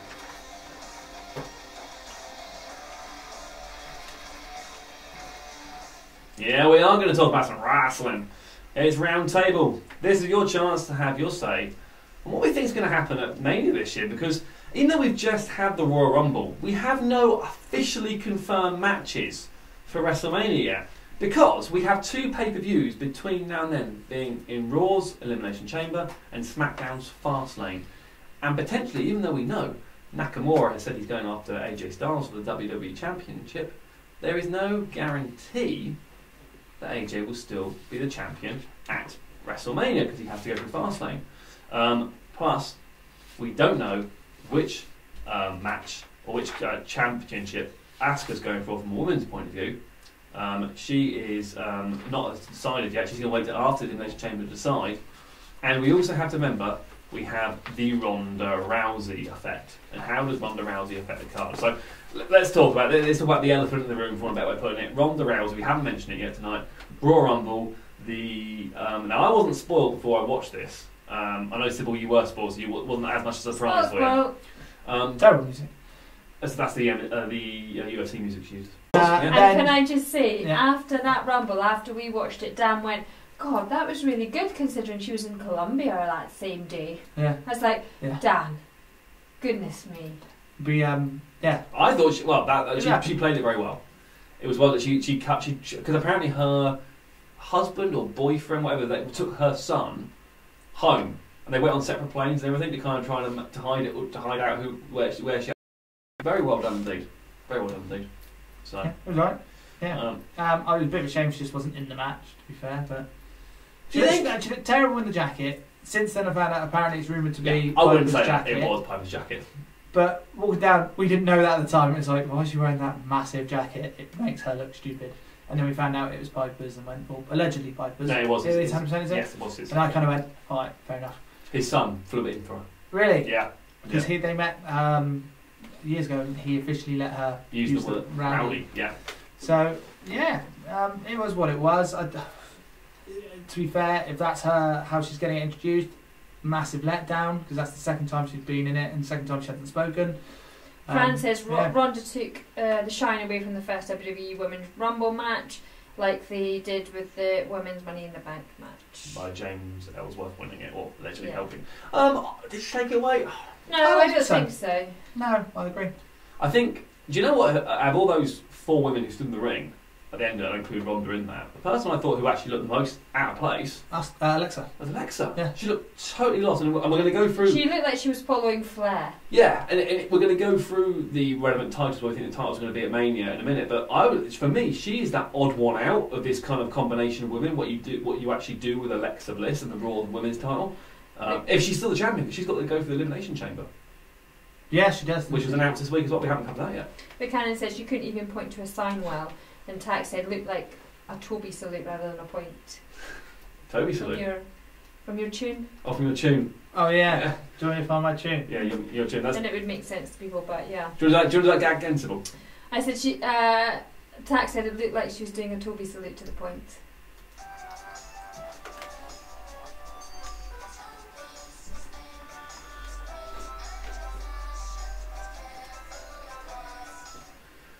Yeah. I hear old-fashioned, but some people hear fascist. I now hear old-fashioned, but for a while I heard fascist. For a long while, everybody heard and fascist. people in that tune said fascist too. It's like it's just following me. So okay, Ronda Rousey, love her or hate her, where do we see her at Mania? Where do you think? How would you? You've got the pencil. You've got the pen. Toby, give me the pencil for Mania. I'm picking it, right? Where would you put Ronda Rousey? 100%. They got to do horsewomen versus horsewomen. It's horsewomen versus horsewomen. 100%. So that is money. That is in whatever you do at WrestleMania. If that's on the card, nothing is going to draw as much money as that. And I know what you guys think in the chat room as well. So you could do horsewomen versus horsewomen. Yep. So do you keep the title on Charlotte through No. that? So Charlotte will drop the title at Mania Yep. Fastlane, and you have the four WWE no title workers. matches in there. No titles in there. 3 women's matches. That's one of them. That's one of them.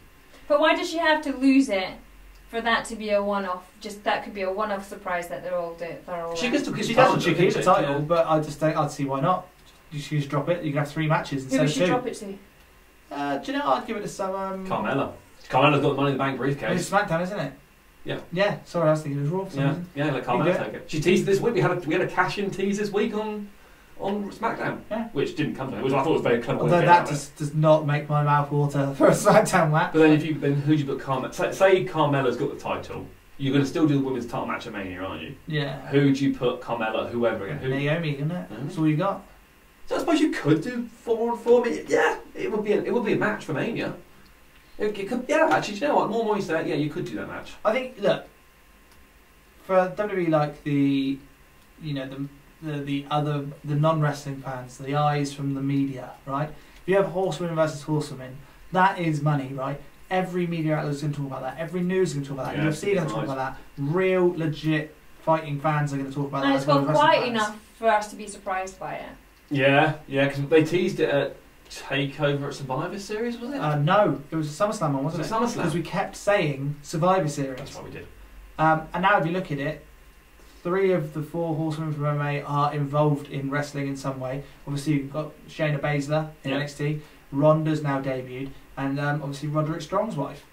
Oh, of course, So she's married to a wrestler. Yeah. Do you know what? Now you say it, Toby, I could actually see them doing it. You're right. I don't know anything about the 4th one. No, I don't either. Scotty220 said if Rousey has to do something, make her special enforcer in one of the women's title matches.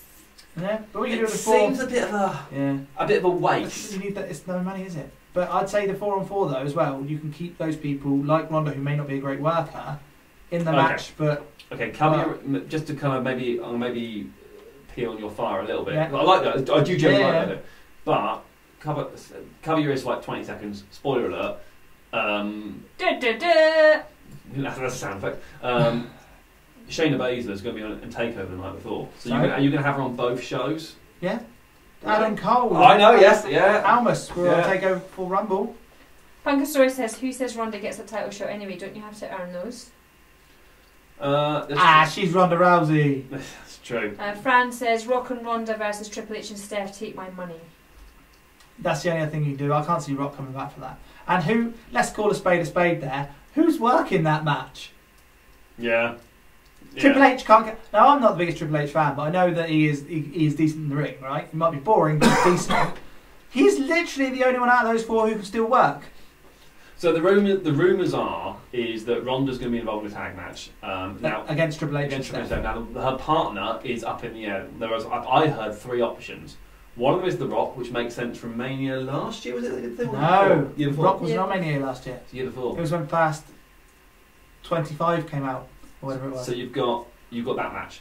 Or you do Ronda tagging with Braun Strowman, which does link back to the Survivor Series match with Triple H and Braun Strowman getting some interaction there. Or, and it again links to the Survivor Series match, and you could link it again through to the General Manager situation on Raw, you have Rowdy tagging with Kurt Angle. I literally don't want any of those to happen. I don't mind. Again, still no one that can work with Ronda. You need a worker, a good worker, and none of those are good workers. I think...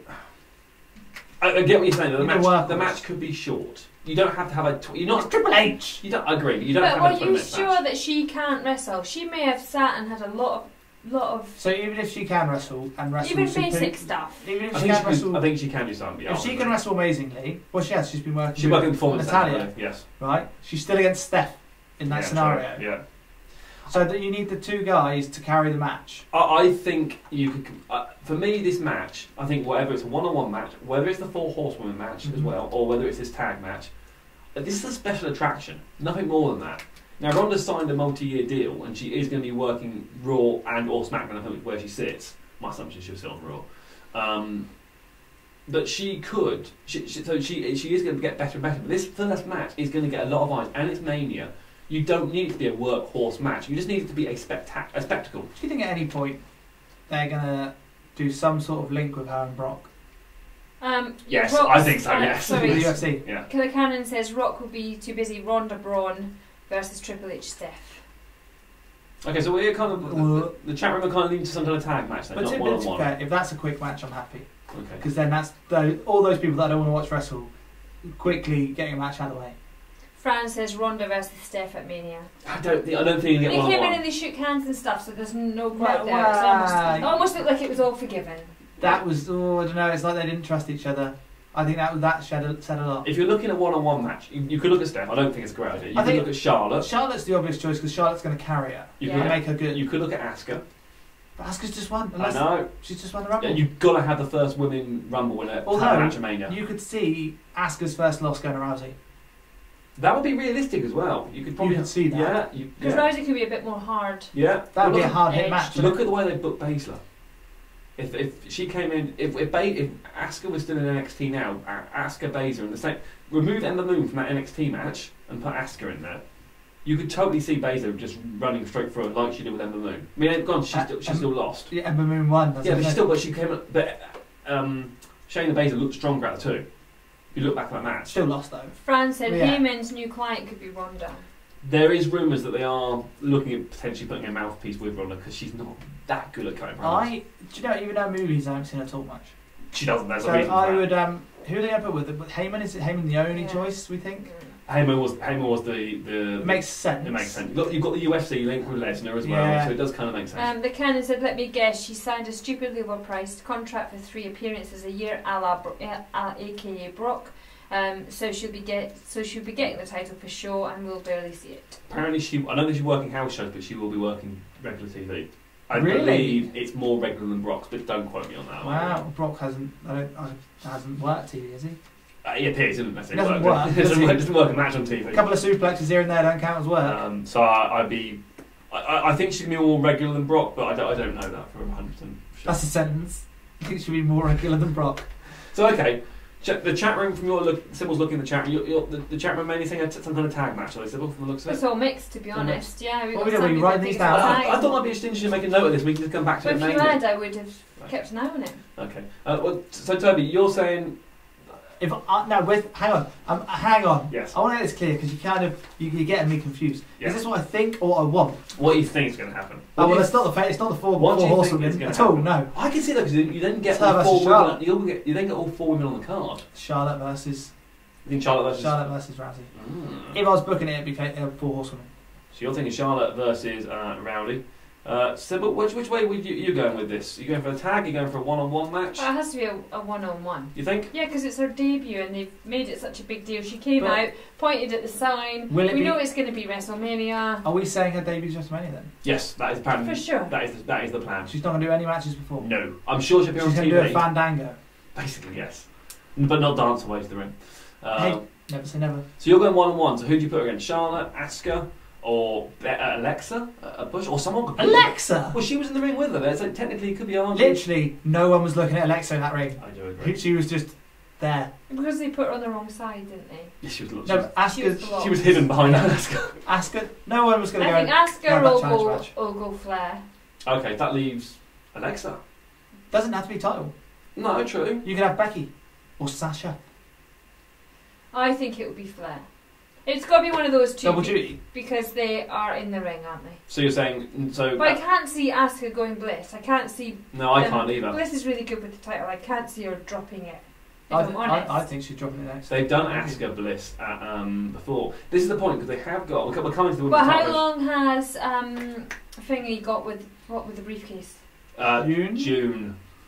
And that's SmackDown. So that's Charlotte's title, not the Raw title. So it's Charlotte's title. So they're not gonna, unless they give it to Ronda and then she gets knocked out with something. And we don't know what she's only got a few more months left to cash in. That's true. Rousey hasn't been technically I think they almost going to do a free agent thing. Rousey like to do with Cena. Wouldn't surprise me.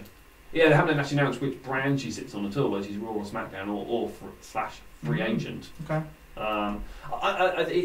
It could get there so many different ways. I think what we've got to bear in mind as well is the Elimination Chamber has come up next. So that's the next pay-per-view for Raw. Yep. Now it's been announced to a reasonable amount of fanfare that Alexa Bliss is going into the chamber, defending her title. She ain't coming out of it. Is she coming out with the title? Is this going to take the title off Alexa? Yeah.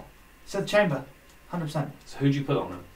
No names have been announced. So we know the only person we know who will definitely be in the chamber is Alexa. But you've got to assume Bayley, Sasha. The only person not going in will be Asuka. Nia. Yeah. So you've got to think you're going to have Bayley, Sasha, Nia. You've got to have a big, strong person. Yeah. Mickey's a veteran. She might win it, hey? You need one more. Dana. To make the numbers up? Yeah, literally. Alicia Fox, is she returned? So then who is she losing it to? Out of all those people? Good question. Who do you put on? Sasha, Bayley? Well, if you know Nia? Sasha will then lose straight away.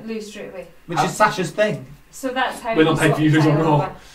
Was it win on Raw, lose on pay-per-view? I have to say, actually, Sasha this past week at the Rumble and this week on Raw, that match against Asuka, I'm liking the attitude. I'm liking almost a subtle heel turn.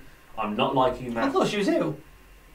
Well, really? I thought she full turned a while ago. The way she eliminated Bayley at the Rumble kind of makes you think that she's going that way. But they keep on going hot with it and then going cold with it and then they'll go back to put them as friends again. Though I will say, can we make sure she drops that suicide dive to the outside? And when I say drops, I mean stops doing it. Mick Foley's come out and criticised her this week. That was a nasty... And if Mick Foley criticises you for doing bumps, you know it's legit. Yeah, true. Yes, you've got... I don't know if you haven't seen that, if you haven't seen Raw, just check it all over social media, that kind of dive through the outside and then Asuka kicking as she comes down. And then the knee afterwards as well. She gives a hell of a knee afterwards. It was scary to watch, to be honest. But thankfully Sasha was alright. Not quite Lita dive there. No. Jonathan Kay said, ask TWS, does anyone think they missed a trick on SmackDown with Carmella not cashing in on SmackDown? I liked it. I liked the fact that she went off of it and thought, I'm not doing it. I broke a nail. She hasn't done that in a very long time, has she? And I think that's part of it. I think that was almost to remind us that, hey, she has got the briefcase, it has gone very cold, so it makes you think, are they going to do the cash-in? So are they going to get that title off Charlotte? Which, if they are, they then could do The Four Horsemen. I I almost feel like they've gone with Carmella, given her the briefcase, and they've gone, actually, you're not quite the person we want. And they're kind of giving her time. That's fine, I'm all for that. It kind of feels like there's never a time for Carmella to be given it. And now up to Mania, I couldn't see her getting it before Mania. No. Which is, because, no, I don't think they want Carmella going into Mania. Night after Mania, like they did with Dolph Ziggler that time? That'd work. Could do that. Well, 2 nights after Mania. Or 2 nights, exactly, SmackDown would be 2 nights after Mania. Okay, so we're saying, we're doing a bit of a fancy looking here. Do you put the title on Nia? Why not put it on Nia, and then you can have Asuka Nia? Coming out the chamber. Because they've teased it. Yeah. They've teased it before with when Nia got.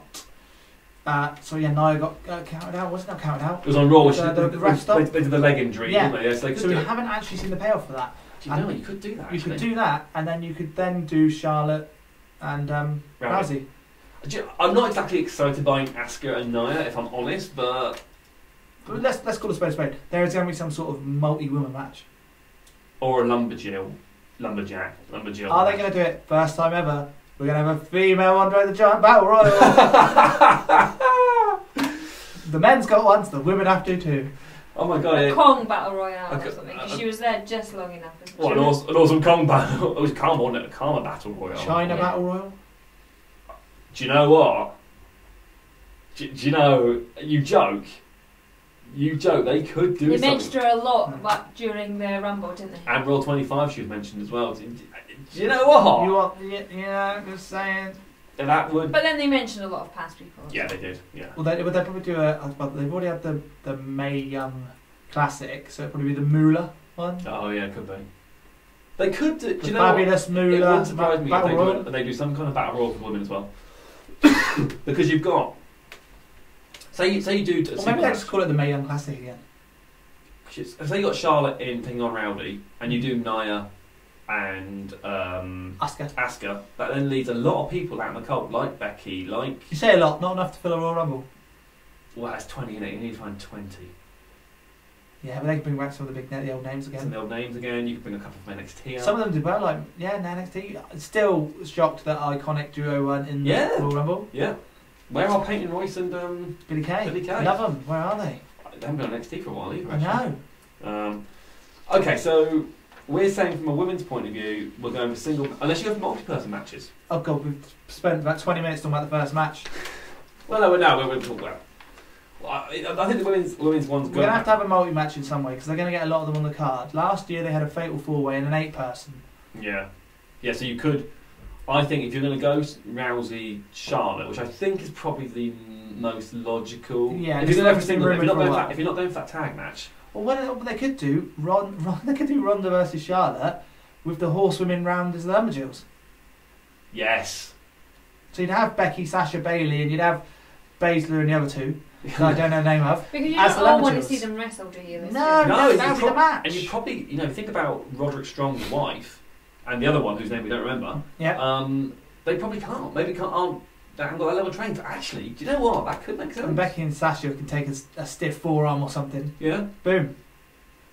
Lumberjill. You could do that. Lumberjill, put it down. Charlotte. What's more likely, a one-on-one match for Rousey or a tag match? Rousey, Charlotte, one-on-one. Okay. Lumberjill.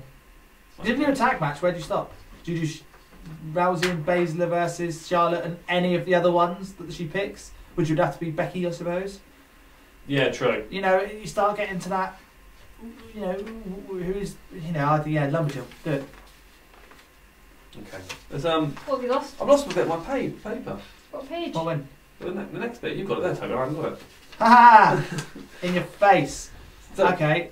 Are we moving on to that? Let's look at a different title. What? Let's go maybe the Universal title. The WWE Universal title. Let's just say what this match is and move on. Because let's just say it's Lesnar Reigns and crack on with it. Okay. Is it? Yeah. Because we are going through the Elimination Chamber for #1 contendership. And Reigns is already. No, Reigns isn't in yet. He was basically. Reigns has a match on Monday to qualify, and he's got to take on I forget who it is. Someone. He's taken on someone on Monday. To qualify. So he's got to take on someone, has he? My gut feeling is he's winning.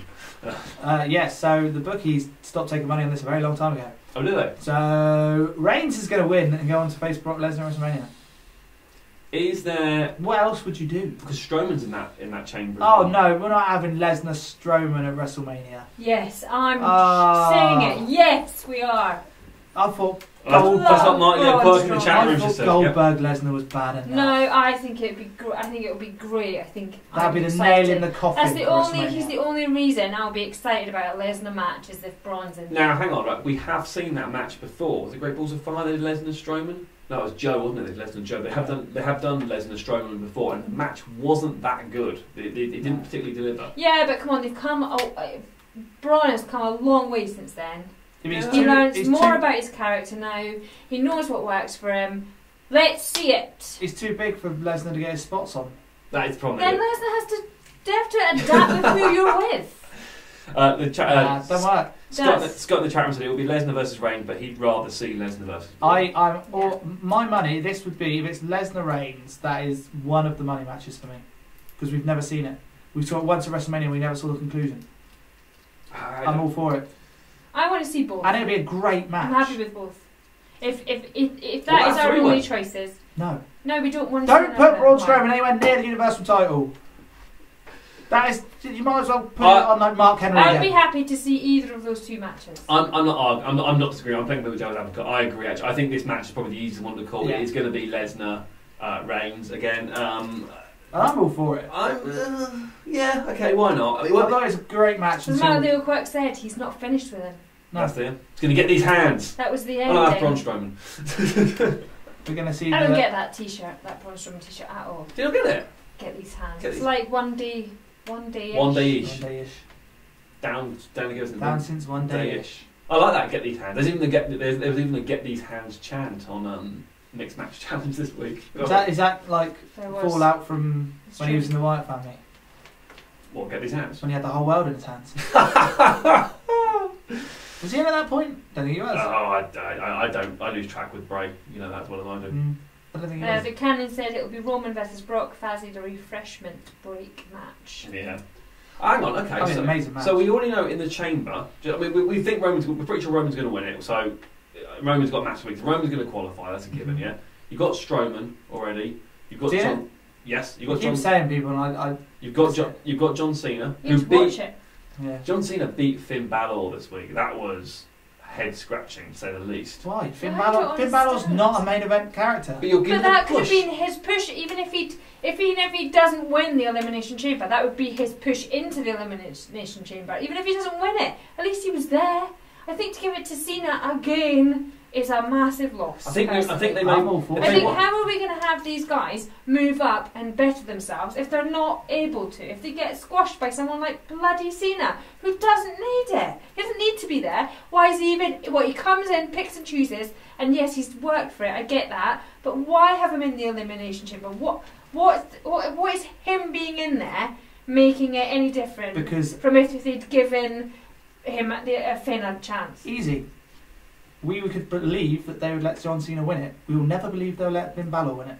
I think, if I'm honest, if Cena in it throws a real shade of doubt of Reigns winning. Agreed. Balor wouldn't. Agreed. But I don't think you needed Cena pinning Balor this, but you could have put both of them in the chamber. I get both of you saying, right? So I think Sybil's right. They should have given. I'm under no illusion who's winning this chamber match, right? Yeah. It's Reigns, but you could have had Balor in the chamber, following on from his Royal Rumble long stint, having almost go down come down to the last two, and have Reigns spear him and destroy him, whatever. But you made Balor look strong.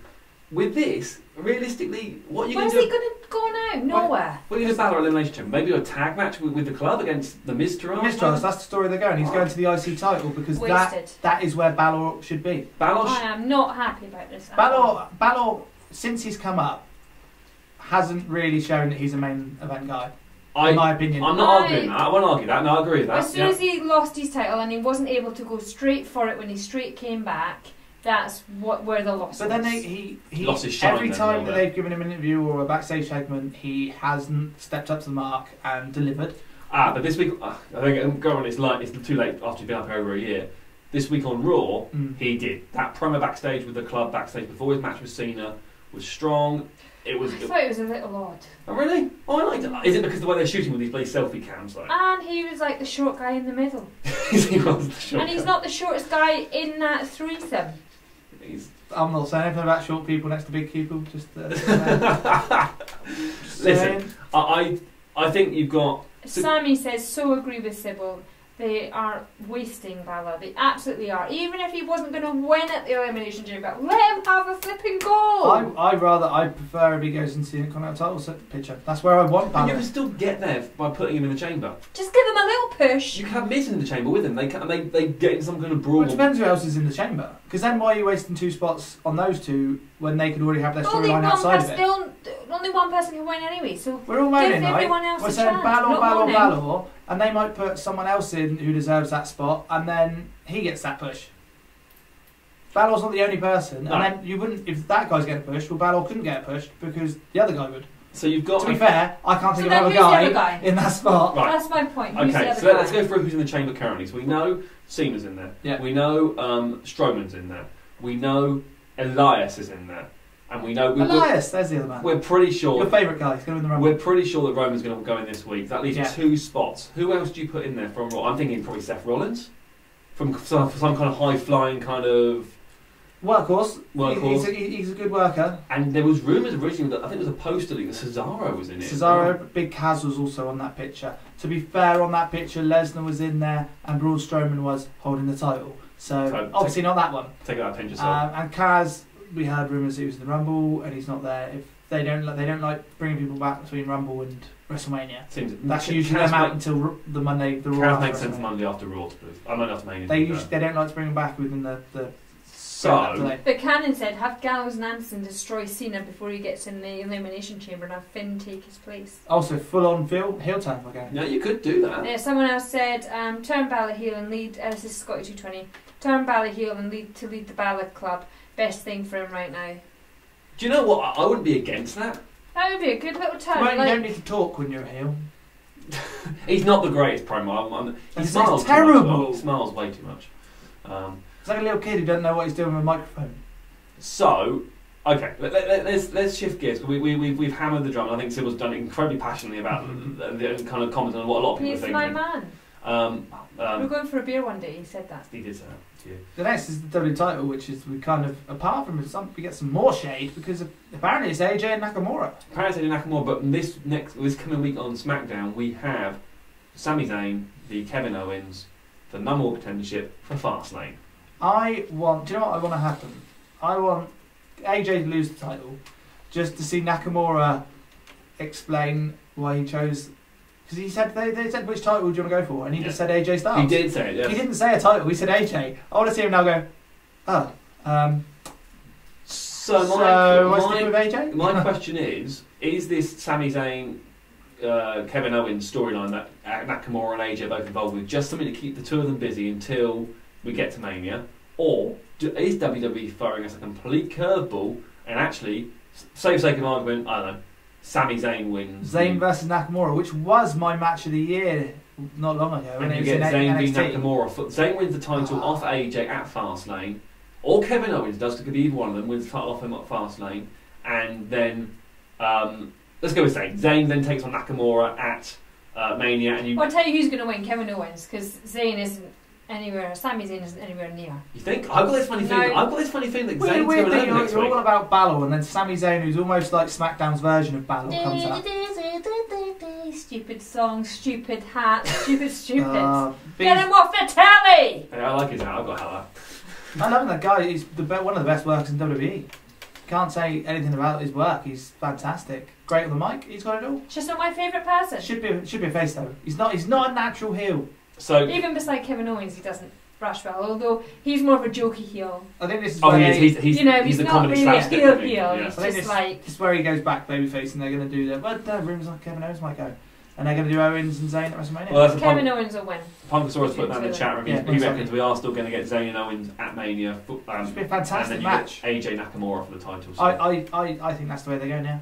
But does that not make it just obvious? Does that make Fastlane almost like a nothing pay-per-view? It usually is at that time of year. This is true. Because it's just the run. They're like keeping everyone quiet and keeping everybody like doing little bits because you don't want to spoil anything for WrestleMania. You don't need the pay-per-view. You can't. You don't need it. The title changed hands at Fastlane last year. Did it? Wow. Who won it last year? Universal title, wasn't it? Oh, it was on Owens and Goldberg. It was, yes, and Goldberg won the title of Owens. The Universal title when they were on Raw, obviously, yes. God, good memory. And it could be a nice, exciting one to see a couple of titles change hands, just to make it a little bit interesting going to WrestleMania. You could see the tag titles changing hands. Yeah, SmackDown. US title. You said that for a while. US title. Yeah, obviously. Maybe the women's. Ziggler. We mentioned the women's earlier. The change. Cash in. Yeah. Punkosaurus says a You could have 5-way. Rousey take out Charlotte and then cash in. Yeah. Punkosaurus says a 5-way title match has been advertised for Fastlane. Yeah, 5-way. Really? Who'd you put? So you put. For the WWE? Are we talking? I'm assuming. I'm assuming the WWE title. So if it is, you have AJ, Owens, Zayn. Who's the other two? You can't put Nakamura in there. Styles, we said so. Shane, why not? Screw Apparently him. it's been advertised in the US and posters have gone Who are the up. other two then? Punkosaurus, you can post the picture in the chat room because you can post pictures in the chat room. Bobby Roode, Dolph Ziggler, That was weird. Jinder. Ziggler came back at the Rumble and randomly at number 30, and there was no kind of interaction with him on SmackDown or anything with regards to Roode. Very weird that was. Not like a player. I don't want to Roode Ziggler again. I'm just saying. Well, I've still heard rumours they're going WrestleMania 10 with the 2 US champs, but they would have done that by now, wouldn't they? Okay, so let's. As long as Rude's somewhere we can see, I don't mind. We covered both the women's. We've covered both the men's main titles. Let's just throw. I'm going to nick a bit of paper. I'm going to throw some shade in there again. I'm going to throw some shade in there again. The match which links to our poll on the right hand side of the chat room. Will them take a wrestle at Mania? Are we going to have an Undertaker match at Mania? We've also a lot of us seen the 24 special. It does seem almost like a write-off. We saw Raw 25, where he kind of gave that bizarre speech. Mm-hmm. Is this done for Undertaker? Because the reason I ask, because at the moment, from what we've predicted, there is one other person who's out in the cold. So there's 2 other people who are out in the cold currently without matches, right? One is Braun Strowman, and the other is... I don't know who it is. Oh man, so I thought we didn't even talk about that either. And the other is... So do you do Taker, Cena, or Taker, Strowman? No. Taker Strowman. No, you don't do anything with Undertaker. Leave him be.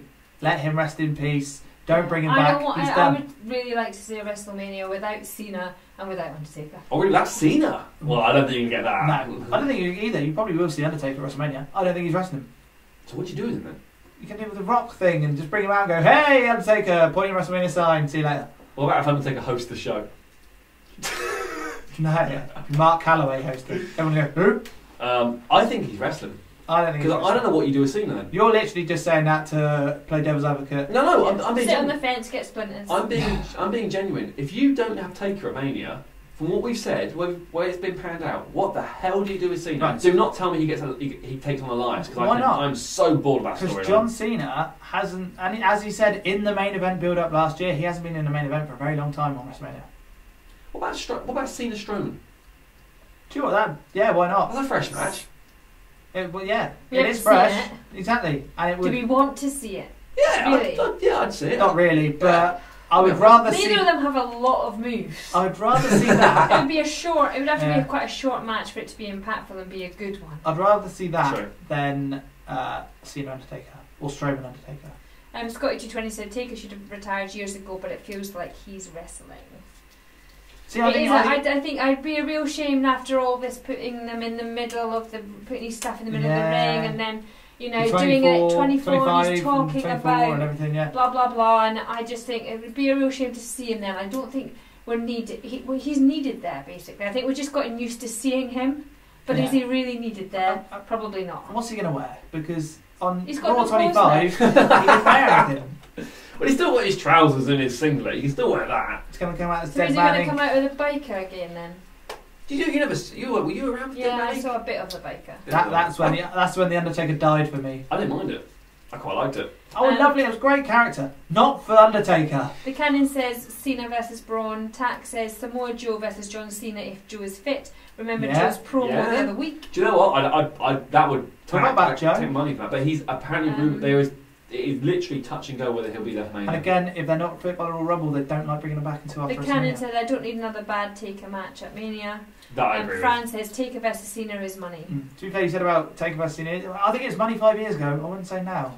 We're talking about Joe. Joe was fit last year and didn't even get on WrestleMania. This is true. How old is The Undertaker now? Let's see. 56 or something? Something like that. Yeah. I mean, he said the other day that he, on that WrestleMania 24, that he didn't want to come out if he wasn't giving the fans the right money. He didn't want to be a parody of himself. Yeah, so when does he stop becoming? I mean, 5 years ago. Come on, are we... If you think back to this year's past Mania, him and Roman, right? Roman is a younger guy than Cena, and I would argue... And that was him passing the torch. And that was the best match Undertaker's had in a long time. And it was also... Believe it. It was also, when you think about it, Cena isn't as quick as Reigns. I mean, I'll argue he's probably stronger. But you've got this kind of match where, if you are going to do Cena-Taker, Cena's going to have his working boots on to carry along, but he's not as quick. Reigns, something you like about Reigns, he got himself around and he got himself in all the right positions to be there for Taker. I'm not saying Cena can't do that, I'm just saying you have to have a different style match, a much slower match. And I would think maybe if it's slower, it makes it longer. Well, does it? I don't know, it's a difficult one. I don't know. I think that it was the passing of the torch. He left his stuff. It felt like a bit of a full stop for him, and I think it would be a real shame. Like, there's too much happening in wrestling where it's this big thing like that, and then it's washed over because he's back the next week.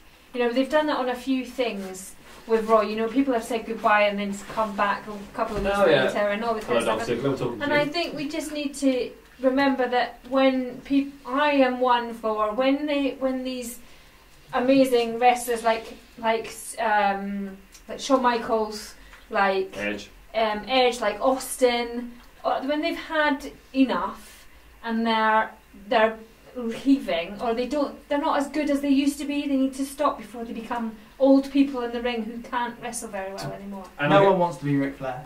Nobody wants to. Ric Flair probably doesn't really want to come back and try and push himself around the ring. You watch, Ric Flair and Mick Foley in Impact on their last runs. Oh my God, it was horrific. It's interesting. But I can imagine it's a bit of a bug. You know, you almost don't want to stop. Oh, totally. And especially someone like The Undertaker as well, in that kind of mania moment when you've got all that pomp and circumstance. You know, and when you're so well loved by people as well, it must be so hard to say no. I think he's still getting it. It's just not going to be a match. But I don't think he can then take a mania and not do something with him. The Rock came out once and literally just burnt the word Rock. The Rock's rock. a talker. No, but he literally came out and didn't talk once. Oh, yeah, just burnt the word rock for 20 minutes. Like, why can't Undertaker just come out, do the whole entrance, the big thing, point at the WrestleMania sign and go? Just for that moment. No, a bit naff. So it was a lot of stuff they do at WrestleMania. We had like 3 New Day segments last year. They were naff. Okay, you tell us. You're the listeners. You tell us. Buchanan said Taker Ronda versus Triple H and Steph.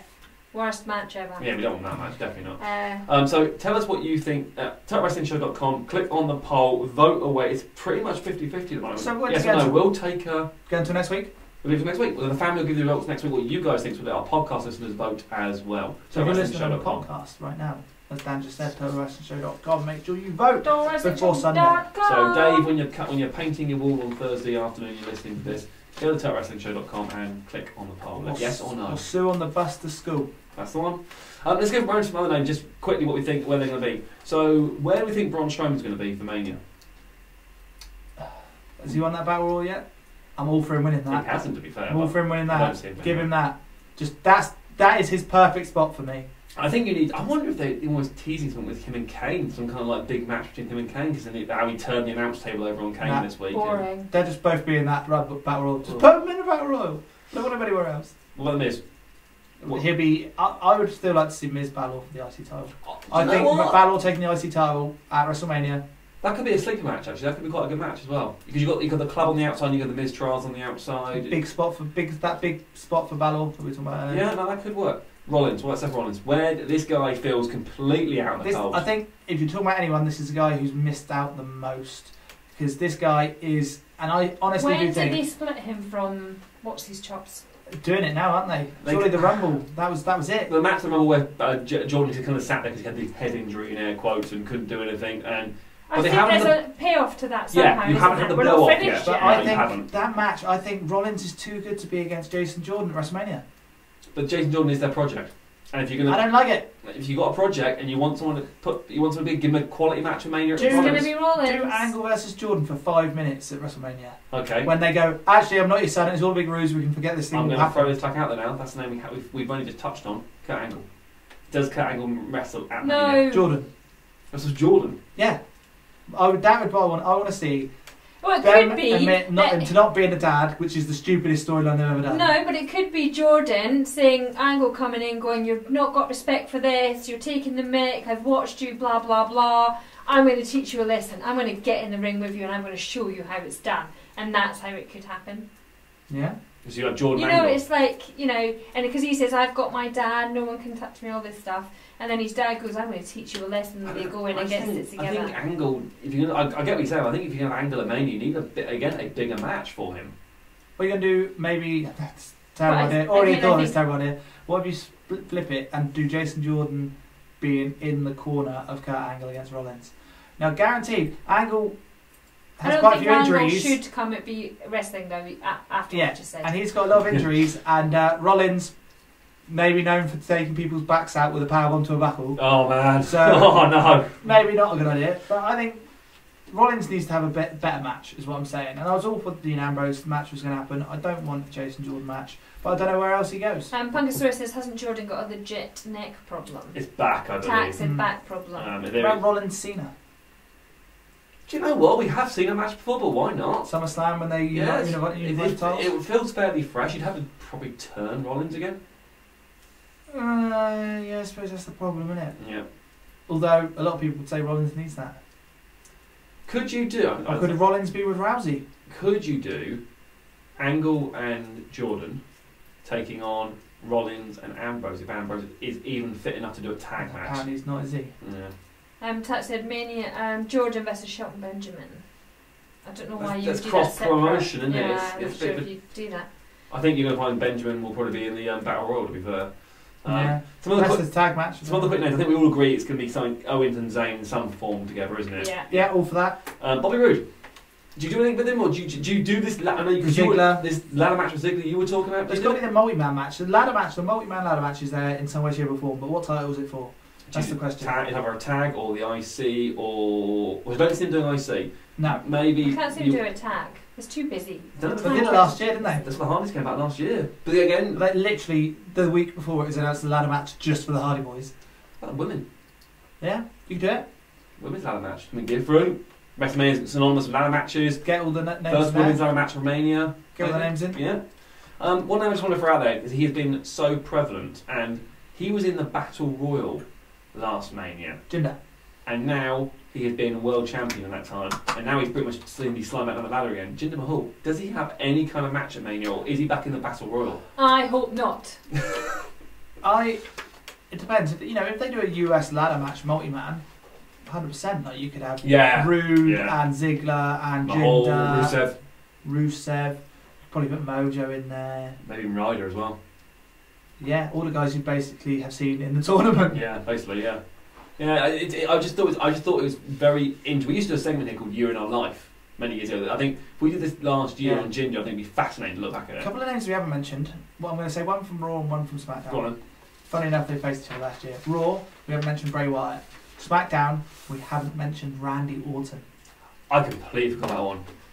Bray, I'm happy to forget. I've completely forgot. But they will do something with Bray. There will be some match for Bray.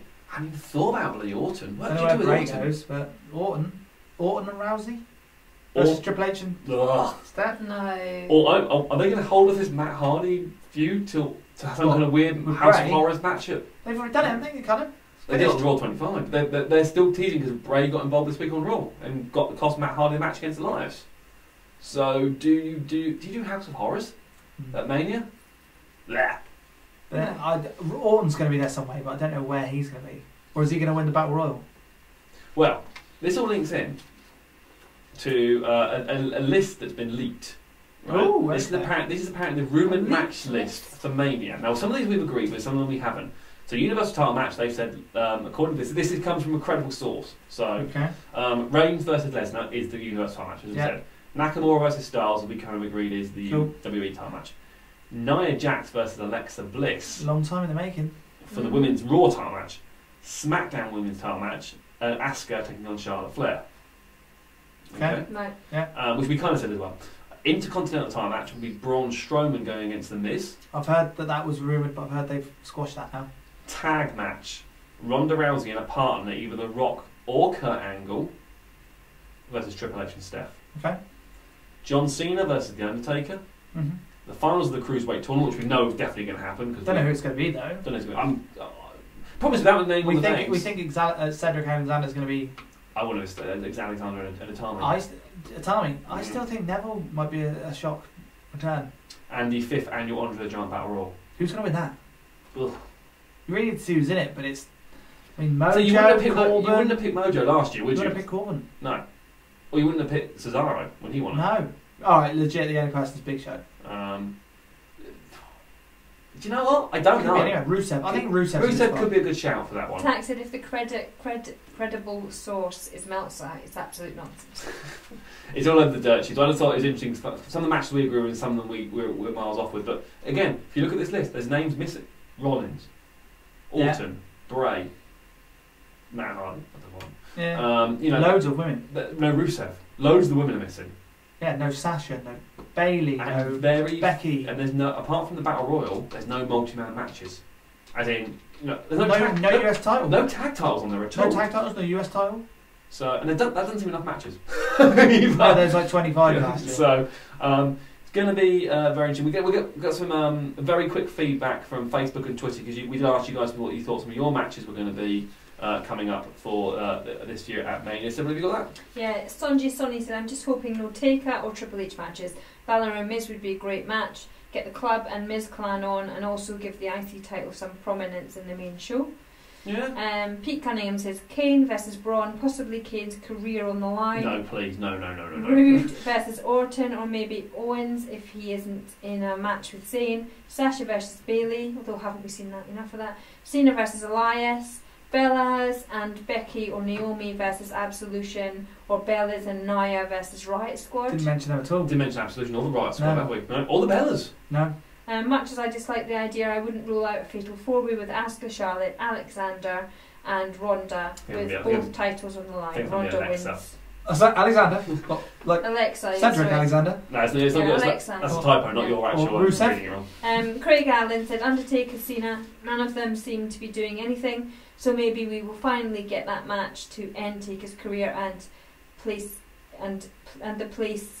his loss. That makes sense, the last bit. Yeah. That match has been rumoured for a while. I think it's going to happen. I don't want it, but I think it's going to happen. Andy Keenan says Ronda versus Charlotte, Asuka versus Alexa.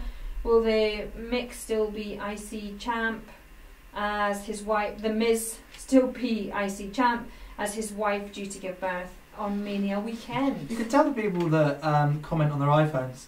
Autocorrect. I have to say, actually, I didn't realise that about Maurice, but that's actually a good point. One that I was as well as Matt Waters said, yes. Could the ending to the Royal Rumble lead to a main event at WrestleMania? Could they go out? Because they love doing that at the minute. If you haven't got Cena Taker, I think you could end up doing something with Rousey in the main event. I don't know what that is, but I think you could have Rousey. What about Reigns? Reigns Lesnar, surely. I think because what did we have last year? We had Goldberg Lesnar last year. No, for the main event. No, we could have. Oh yeah. We could have. We did. Sorry, yeah, we had Reigns Taker. So I think if you're getting Cena Taker, yes, that's main eventing. It would not surprise me if they do something with Rousey. I don't think it would. And they do main event. I don't think Cena Taker would main event. Tack said I'd love to see Rusev Day win the tag titles. That would be a lot of fun. But and that will be on the pre-show probably. With 3 other teams. I think what this segment has proven, if nothing else, is that Mania is still wide open. And well, yes, April, mate. Yeah, but they normally by Survivor Series we have a good indication what the top matches are going to be for Mania. Now you said that. Last year we got them all wrong. I'll just say this, Fran, because Fran's popped it in the chat room a couple of times and I keep missing an opportunity to say it. Ask TWS, do you think we will see Ric Flair versus HBK for the KFC Colonel match on the pre-show at Mania? I hope not. They'll do something of some kind of. They won't be there. It'll be. David Perrin said, "Fran, no." There's Undertaker's spot. What, the Colonel? He's going to be the Colonel. Maybe next year. Because there's already been one. He'll be the WrestleMania Colonel. They'll both come out and then it'll go dong. Oh my god. How great would that be? Okay. We have overrun time. It's been a fascinating debate. It really has. Has Goldust been a Colonel yet? Yes, he was in that Battle Royal. Royal Rumble they did at the Royal Rumble. Did you not see that? Yeah, I can't remember it though. Yeah, it was him. Heath Slater was in there. So was Mojo. Mm. I think was Titus O'Neil in there as well. I imagine that. Yes. And there was one guy. I Or was it vaguely Apollo? remember it. Was it Apollo? So one of them guys was in there. Titus, I think. I vaguely remember it. So what else can we? We've covered this, but we'll give you a very, very quick rundown of what people can expect next week. Well, starting off with Raw, we have an Elimination Chamber qualifying match. It's Roman Reigns taking on someone. For the life of me, I can't remember who's taking on. It's on WWE.com. Going over to SmackDown Live, a number one contenders match for the Fast Lane will be Sami Zayn versus Kevin Owens, as we said before. Who's winning it? Kevin Owens. You're going Owens. I'm going dodgy non-finish. I'm going Zayn. I think non-finish. Ooh. I think triple threat match at Fast Lane, and then they're going to split at Fast Lane. Oh, they could do that. They could do that. Yeah. US title match, we have Bobby Roode versus Rusev. Rusev Day. And we go to Mixed Match Challenge. Goldust with his new partner, Mandy Rose. Yes, Rose Gold. Love Rose it. Gold. Love those two. They're definitely going to lose though. Naomi and Jimmy Uso, the married couple. I wonder who's winning. As long as Jay's not driving us to the arena, we're fine. Well, he wasn't on.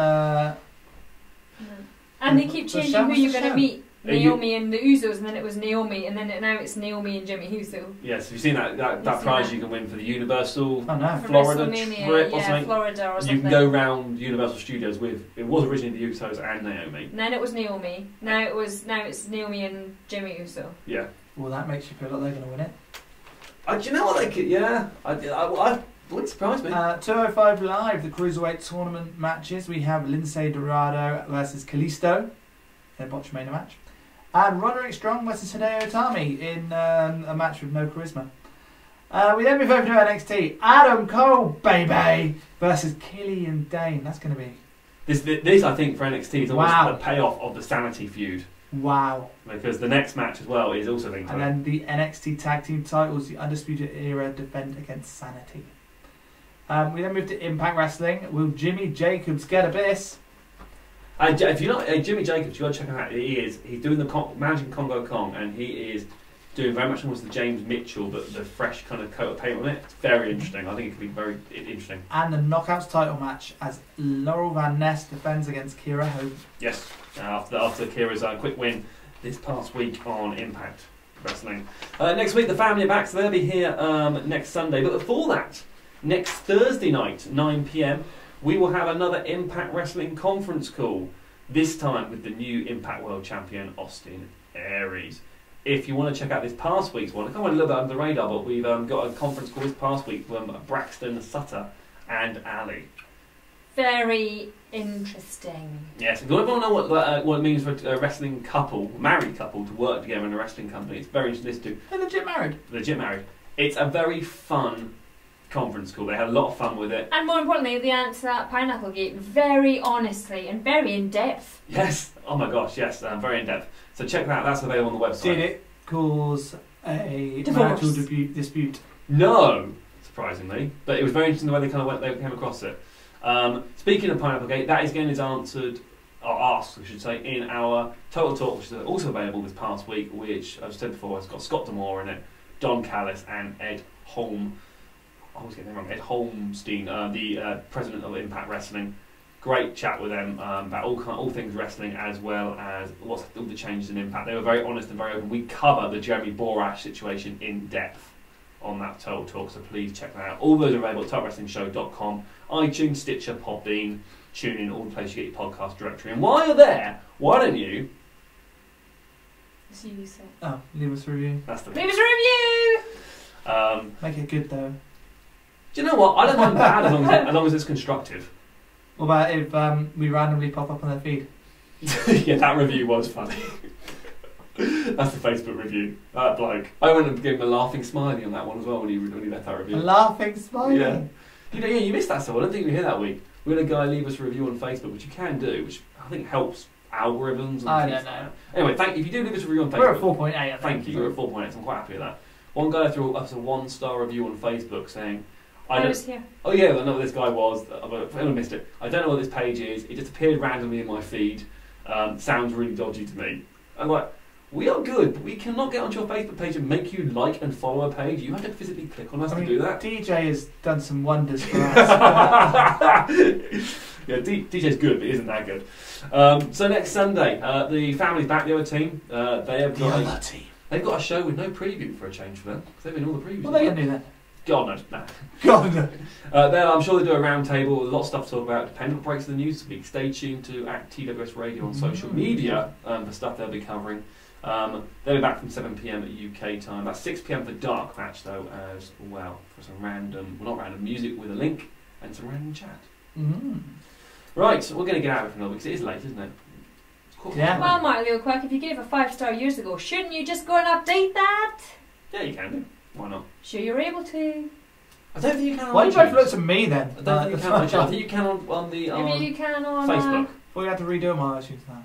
No. We're back. We're all back. So I know Kieran mentioned this last week, ran through it last week. If you missed last week's show, we had a big issue. I know there's a lot of Rabbit Womble on Twitter was very passionate about our iTunes feed, and thank you for that. We love people who subscribe on iTunes. We had no iTunes feed, or no proper one for, I want to say about 2 months. Bless him, DJ, mentioned a minute ago, our webmaster. DJ! Pulled the iron out of the fire, literally. The guy spent half an hour on the phone to the States, trying to get this sorted out. Totally not our fault we had no iTunes feed. It is now back, it is there, and we managed to keep all the reviews. We thought we were going to lose all our reviews. Which is interesting, because now look at the iTunes charts, we've jumped straight back up to the top of the UK chart again for a wrestling podcast. Was there any doubt? Well, I checked it in probably a year, and I checked it when I came back, and it was like, holy cow, we're above all those other shows. Where are we in the world now? We're on like the one I saw, we are like second line down, so it's like they go across, go horizontal across the page. So you've got like Austin's, you've got Pro Wrestling Torch. We're just saying the top 10 then. I think we're just outside the top 10 for the world, wrestling podcast. Drop down a bit. But we are still. Remember the heyday of being fourth down? Too many bloody wrestling podcasts. But it was last year. I know. So, if we were here every week. No. We're not doing that again. You wouldn't turn up every week, Toby. I don't turn up every other week, let alone every week. That was a crusher. Who? See, I didn't let you down there, did I? We are going to finish with theme of the week. You'd hate that as well. That's what's so good about it. We are going to finish with theme of the week, aren't we, Sybil? We are. Which is chosen by Jonathan Key, and the song yes, Shinsuke Nakamura. good choice. Chosen at random from Facebook. Oh, we haven't got the theme tune, so Toby's going to sing us out. This is it, and bye all. That could be the new thing for theme of the week. Toby has to sing the songs. But no, Shinsuke's everyone doesn't know when he comes out the ring. Oh, he does, yeah. Yeah. I still think you should hum it. I'll try, but I don't know half the stuff we play. If you go before like 96, just give it up, mate. I ain't gonna do it. Oh dear. If you start saying what's one-man gangs, I'm out. Well, I couldn't do one man gang, actually. Go on. And I couldn't. Oh, I was trying to think. well, that's why I picked him. So, anywho, right. Let's get back on track. Let's at get 9:15. let's get out of here. You sound like you to wee. When we did this is a game that we actually did. It was part of Accessible Errors. Oh, that might come out, you don't know. Maybe we might have a game. I'm just doing background music. Maybe we might have a game at Mania. And I'm just going to do this the whole time. Seriously, you can talk. It's fine. Let's say goodnight. Okay. Let's say good night. Good night. No. Good night. Okay. Sybil. Show what? Any last words before we get out of here tonight? Okay, well, give her a like and a follow to Sam's 1 year. We need your support in sponsorship. Give Toby a follow on Tinder or Grindr. He's on both. You can follow on that stuff. Super swipes. That's Don't a thing. forget your Super likes. Feet pics for Dan. Yeah, at TWS Radio on Snapchat. Why are you even asking that? Just going with Because he it. so loves them now. Just going with it. I'm They'll bored. give up if I just go with it. Yeah, why start? Yeah. Right. So, join the family live at next Sunday 7 PM. We're going to go out there for another week. I've been Dan Barnstall. She's been Sybil I from have. Two Sam's 1 year, and he's been Tobias, the man who pushes all those knobs and buttons on The fascist of the team. the fascist of the team on Tinder all the way. Yo. And we've been the Total Wrestling Show. Show Off.